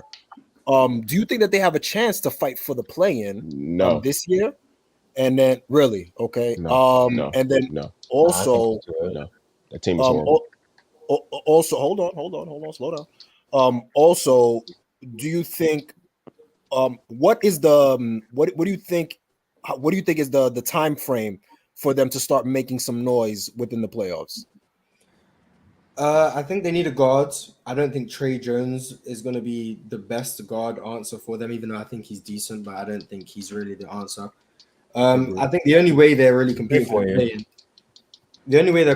play-in, is if Wemby is Tim Duncan level rookie impact. Yeah, and I highly doubt it. Will he have a better rookie season than Luka? No. So everyone says no. Yeah. The only way is possible is if he comes in right away and is an all defensive caliber with the DPS. That's the only way. If his offense is serviceable, like a Evan Mobley type, if his offense is serviceable and he's an all defensive caliber player, Luka was just getting hard to do year one. That's really 18 and 12, 18 and 10 with elite level defense or all NBA caliber defense. If he's 18 a game on good efficiency, and I still see the same passing ability that I've seen, and the defenses translate straight away, that would be better than Luka's rookie year. Fair Because think Wemby's Luka's rookie year really stepped up. Like, I don't want to say post All-Star break, but it was somewhere late in the season where he really February plays in the shape, bro. That's when both the rookies. That's when both the rookies that year. That's when him and Trey turned up. Was like January, February mark, because they both kind of started off slow. Then the teams just gave them the keys and they both just started going crazy. Yeah, and I'm not saying I think Wemby would do that. I'm just saying I think that's the way he could have a better rookie season than. That's definitely fair. Honestly, I think for Wemby, like, I think Pop is like the best coach for him because he's gonna keep him humble because he's got all this hype, you know. Well, I think I think also like even regardless of the mentality part about it, I just think from a positional, putting him on the floor in certain places. I think trying to keep the game simple for him. Because I think that the talent is so there, and he's still young, so the creativity in his mind might skew his view of how to play NBA basketball right now. If that makes sense, you know what I mean? Like he tries to do like those tween dribbles, you know what I mean? Like sometimes he kind of you notice when he tried to go full court and he tried to do it in and out and try to speed burst out of it, it looked insane. So I think Pop might simplify certain things. If I'm San Antonio, my goal for Wemby this year is to develop things that he needs, like being able to finish through contact, finish around the basket, use his size to his advantage offensively. But I want him to keep the same creativity that got him all this hype. And I don't know if that's something that can be done, like getting him to develop NBA basketball skills while still keeping like the playground bounce that he plays with. But I feel like I feel like everybody's gonna be like disappointed because they're expecting like LeBron and Kareem out of Wemby from day one. And the thing with Wemby is his potential, not who he is right now. So I'm kind of sad for him because he's gonna be like called a bust in like November. It's a lot of pressure, bro. It's a lot. Doesn't make sense. Now, I've been saying the putting the ball on the floor stuff that everyone like because they watch the highlights, they weren't watching Metropolitans 92. So seeing those highlights, that's not gonna happen in the league. He's not gonna be putting the ball on the floor, going between his legs, taking step back threes. That's not gonna happen. Even in the summer league, a couple of the shots he's taken off the dribble, he's still miscontrolling the ball.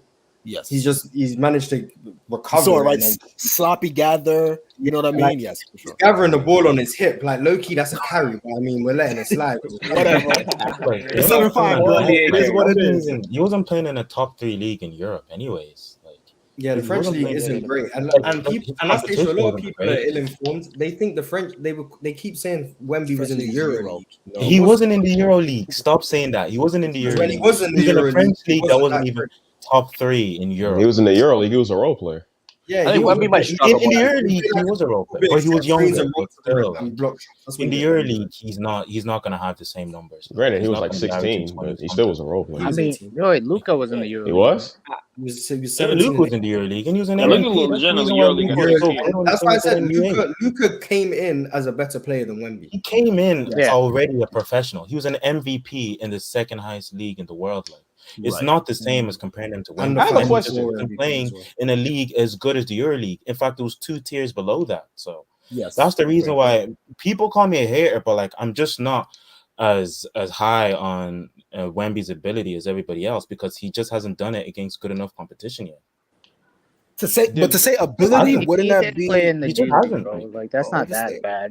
That defense from him translates. Oh yeah, yeah. That's what I was saying. Like translates, but the offense, ability. The offense. I'm skeptical. The offense, because he's never seen anybody like Embiid before. Never. Not like my thing nobody in that French league is remotely close to somebody like an Embiid or Giannis. Like nah. On offense, do you give him some level of credit that Metropolitans were one of the worst teams in the French league? He joins the team. I know he's not the only person who joined the team, but he joins the team and then they're in the French league finals. Was Bilal there the year before? Bilal was playing. This was his first year on the senior team. He was playing like for the under 18. Right. So him and Bilal came to Metropolitan together. Yeah, but Bilal wasn't. Bilal is a project pick. He wasn't even getting high minutes on the senior team this year. Like he wasn't like a major part of their rotation. He's just a long-term project type of pick. He wasn't like their second best player or anything. But like I think Wemby being that impactful, even in a lower league, does hold some weight. Even though he went against Monaco, who are Euro League. I feel like that was more the didn't defense. play that great. Yeah, I think it is basically entirely defensive impact, even though I think he led the league in scoring. But that defense was crazy. His defense is that's why I'm so high on him as a prospect. That defense, and if the offense comes along to some level of like he becomes a good or great offensive player, I think you have an all-time great. I just don't know how likely it is that the offense that people were expecting is ever going to appear. So Mark, do you agree that like Jerry West said he looks like Bill Russell? Do you agree with that take? No. That doesn't even the comparison doesn't make sense. I mean, I guess if you want to say like relatively, like how Bill Russell was able to anchor a defense, Wemby's doing it similarly 60 years later, but it looks different, obviously, because the game. Yeah, right.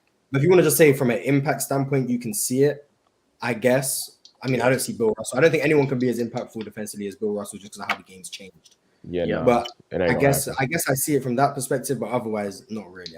I don't think there's really a comparison. How high do you think? I agree with you. How high do you think the ceiling for his passing is? I think it's like Tim Duncan level. He can be a better passer than Embiid. He probably that ain't asking much. Yeah, so I mean, I think he can be. I think he could become a Giannis level passer. Yeah, it's a Giannis as well.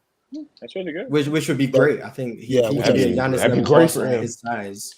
Now, Mars, who do you? Because I'm very, very high on Devin Vassell. I think the sky is the limit for that guy. I'm not that high. The ease. No. Is he Jalen Green level high? So let me say this. The thing about it is that he's able to shoot off coming off the ball, and he can shoot off the dribble. I think he just needs to really kind of work on more of the in the smaller, like tight dribbling in tight spaces, right? He's finishing better now. He was able to put on weight, so he's finishing better. And he can play above the rim. He's crafty still. He can get his shot. He can shoot over people. And the defensive impact, his wingspan is, I don't know, like, so I may be pushing it, but I think his ceiling, as far as impact, can be Kawhi-esque.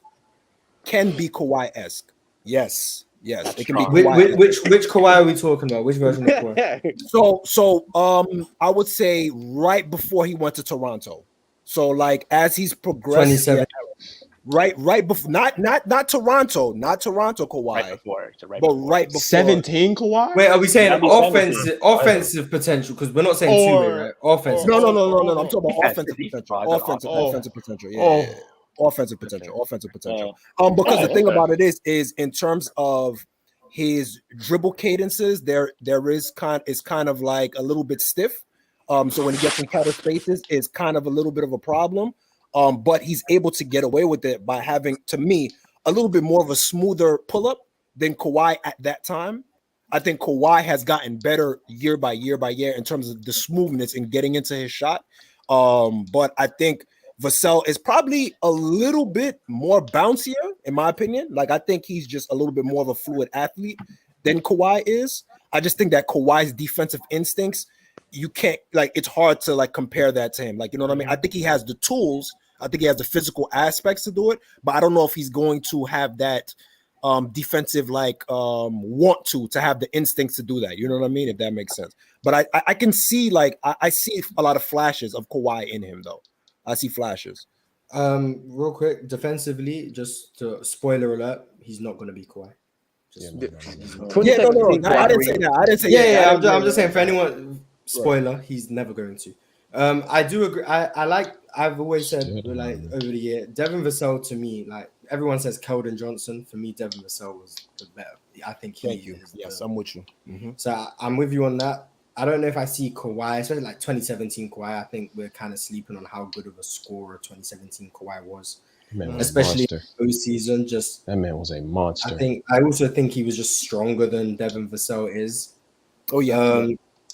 I think his back to the basket game is, I mean, obviously just much more refined. I think Kawhi is just a very high bar, and I mean, do I think he could ever maybe reach that offensively 2017 version? Right. Probably not, but I do see the sort of similarities you're pointing to. I just think 2017 Kawhi is a very high bar. That's fair. No, that's a fair. And like you guys said, like we that's why sometimes it's kind of hard to project because we've seen something, and even in the flashes that we're seeing right now in Vassell, because of the way that the team is constructed versus the way that Kawhi had a better team around him with better high IQ players to put him in better situations, right? And maximize certain skill sets that he had. I think that it's kind of like a wild statement, but I think like you said, sometimes you can remove circumstance and just see the talent for what it is. And the talent, you know what I mean? I think, like you said, so my counter to that would be that athletic part, right? And the shooting. I think Vassell as a, catch and shoot guy, motion shooter, movement shooter, things like that. I think he's probably a smidge better, just a little bit, just a more natural like basketball. I think Kawhi was a little bit still robotic and stiff in certain occasions.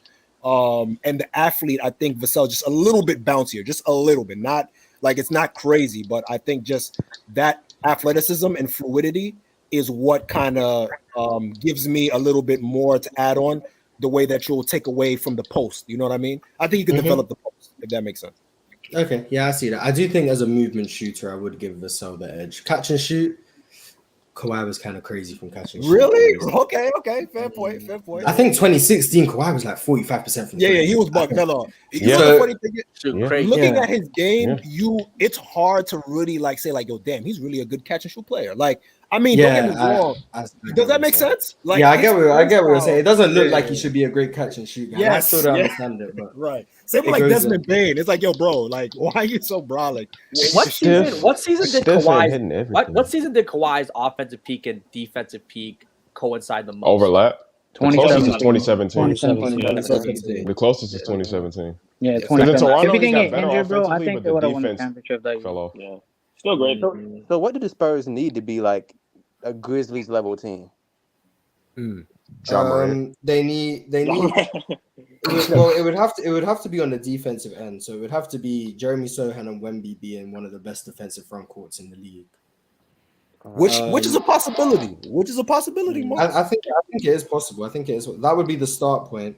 Then you'd have to see a jump in both Keldon Johnson and Devin Vassell's self-creation and just overall creation. Yes. And then you need a playmaker at the point guard. Then you need a everybody better involved. lead guard. So I think one more draft pick, like if they can get a good pick in this next draft coming up, right? If they were able to get like an Anthony Black just in this year's draft, that would have been great for them, and I think they could have been a very good team going forward. Like that type of player is like what they're looking for. So I think that's what they really need. They need a jump from their core young players, and then they just need a point guard like an Anthony Black type. That's probably what I would say. All right, Mars, I'm gonna head out. Appreciate you though. Later chat, later y'all.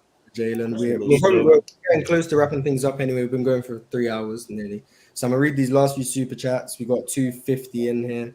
Like the video. If you guys want to see more of this, just like leave comments or whatever. I mean, that boy I'm Mark put in I'm pain, going to be able to do this because I've got a very hectic schedule. But if you guys want to see more of it, I'll try and bring it as much as possible. But Wayne said Shaq and Kareem are the only others to win a chip and scoring title in the same season since 1960. Jordan did it all 6 times, and it's not a recent thing. He is the anomaly. So it's the GOAT. I mean, clears Jordan or clears LeBron. Yeah, because 2016 Steph was in the finals, just decided to lost. He lost. Oh my God! Yeah, so I'm like, he decided to do it. Yeah, he was like, you know what? I don't feel like winning another game. You know what? Game behind the back, out of bounds. Behind the back. He was trolling when he did that behind the back pass. Kevin Love, not getting cooked, buddy. You can lock me up. I'm not getting past Kevin Love. I'm not getting past. Yeah, he just decided he didn't want to cook Kevin Love, so he's like, yeah, you know what, LeBron, you can have this. Just gave the game away. Is he the closest? No. Go ahead. Is he the closest since then to like get to close to winning the chip? Is 2016 Steph the closest? 2012 KD. Does 18 Harden count? He didn't make the finals, so no. Yeah, that's not close enough. Yeah, it's a 2012 KD probably. Yeah, 2012 KD and 2016 Steph, I think, are the closest. Yeah. Who won the scoring title in 2009? D Wade. Oh. Wade said since 1980, 2/3 of the champs' leading scorers averaged 26 plus. So how many years? That's 43 years. 2/3 is what, like 27, 28, 25. 28. Yeah. Basically. So 28 of them. So. And drink more water. So this is probably going to be the last question of the day, and then we'll wrap it up. He said, I don't know if you guys have discussed this before, but the top 5 best defensive duos in the league today and all time.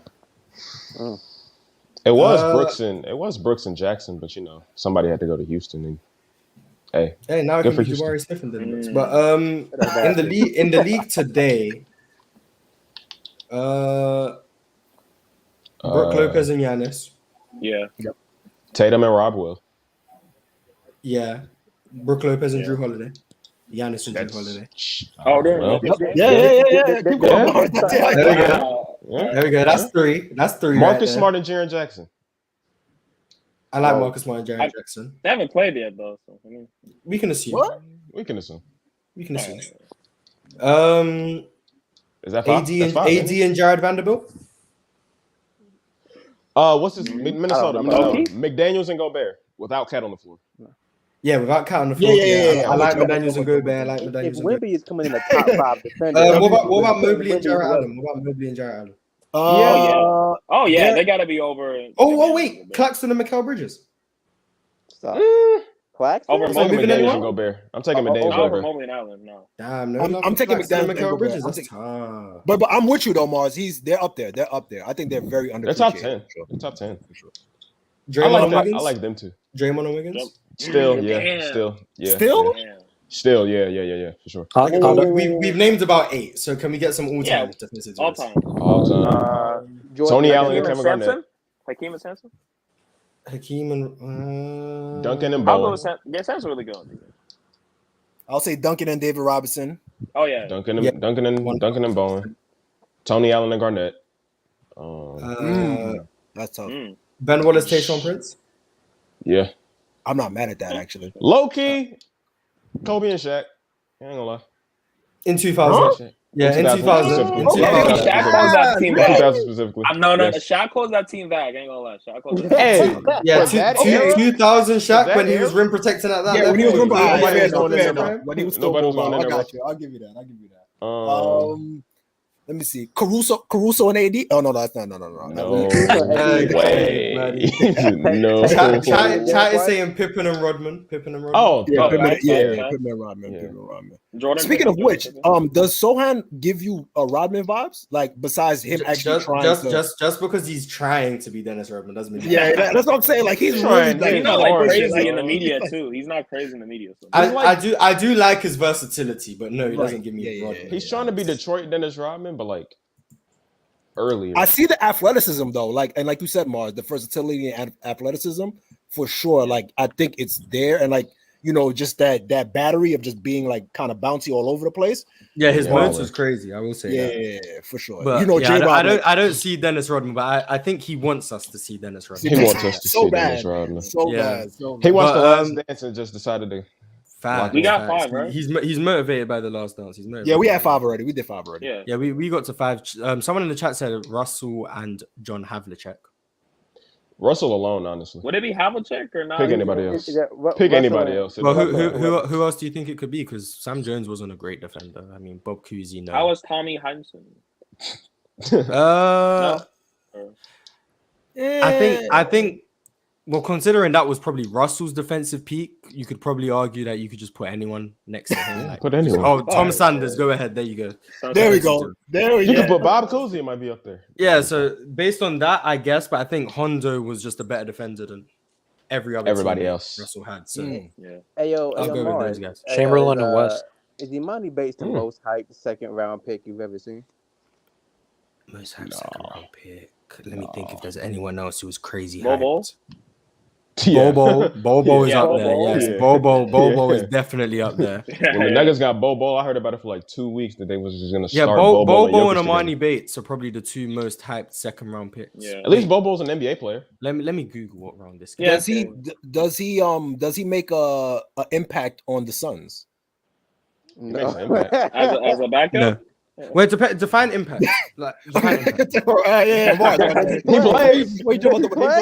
like he'll be out there. Like he'll get some NBA player. So at this point, you're just saying that he's just a body.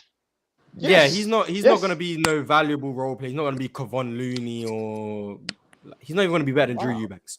So wow, do with that what you will. But we are at 3 hours, and I do actually, contrary to popular belief, I actually have things to do.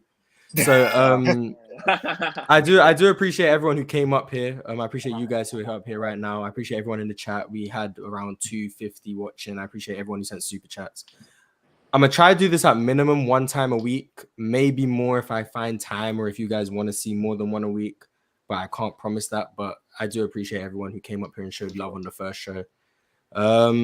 Mars, you probably are the most interesting case study just because of the fact that you're from nobody knows the UK and you're absorbing basketball. That's why I think like the fascination has like increased because like there's a different perspective of someone ingesting like basketball culture, like the way, like, you know what I mean? Like, so it's an interesting perspective. Like that's the reason why I kind of push and try to have these little case studies with you.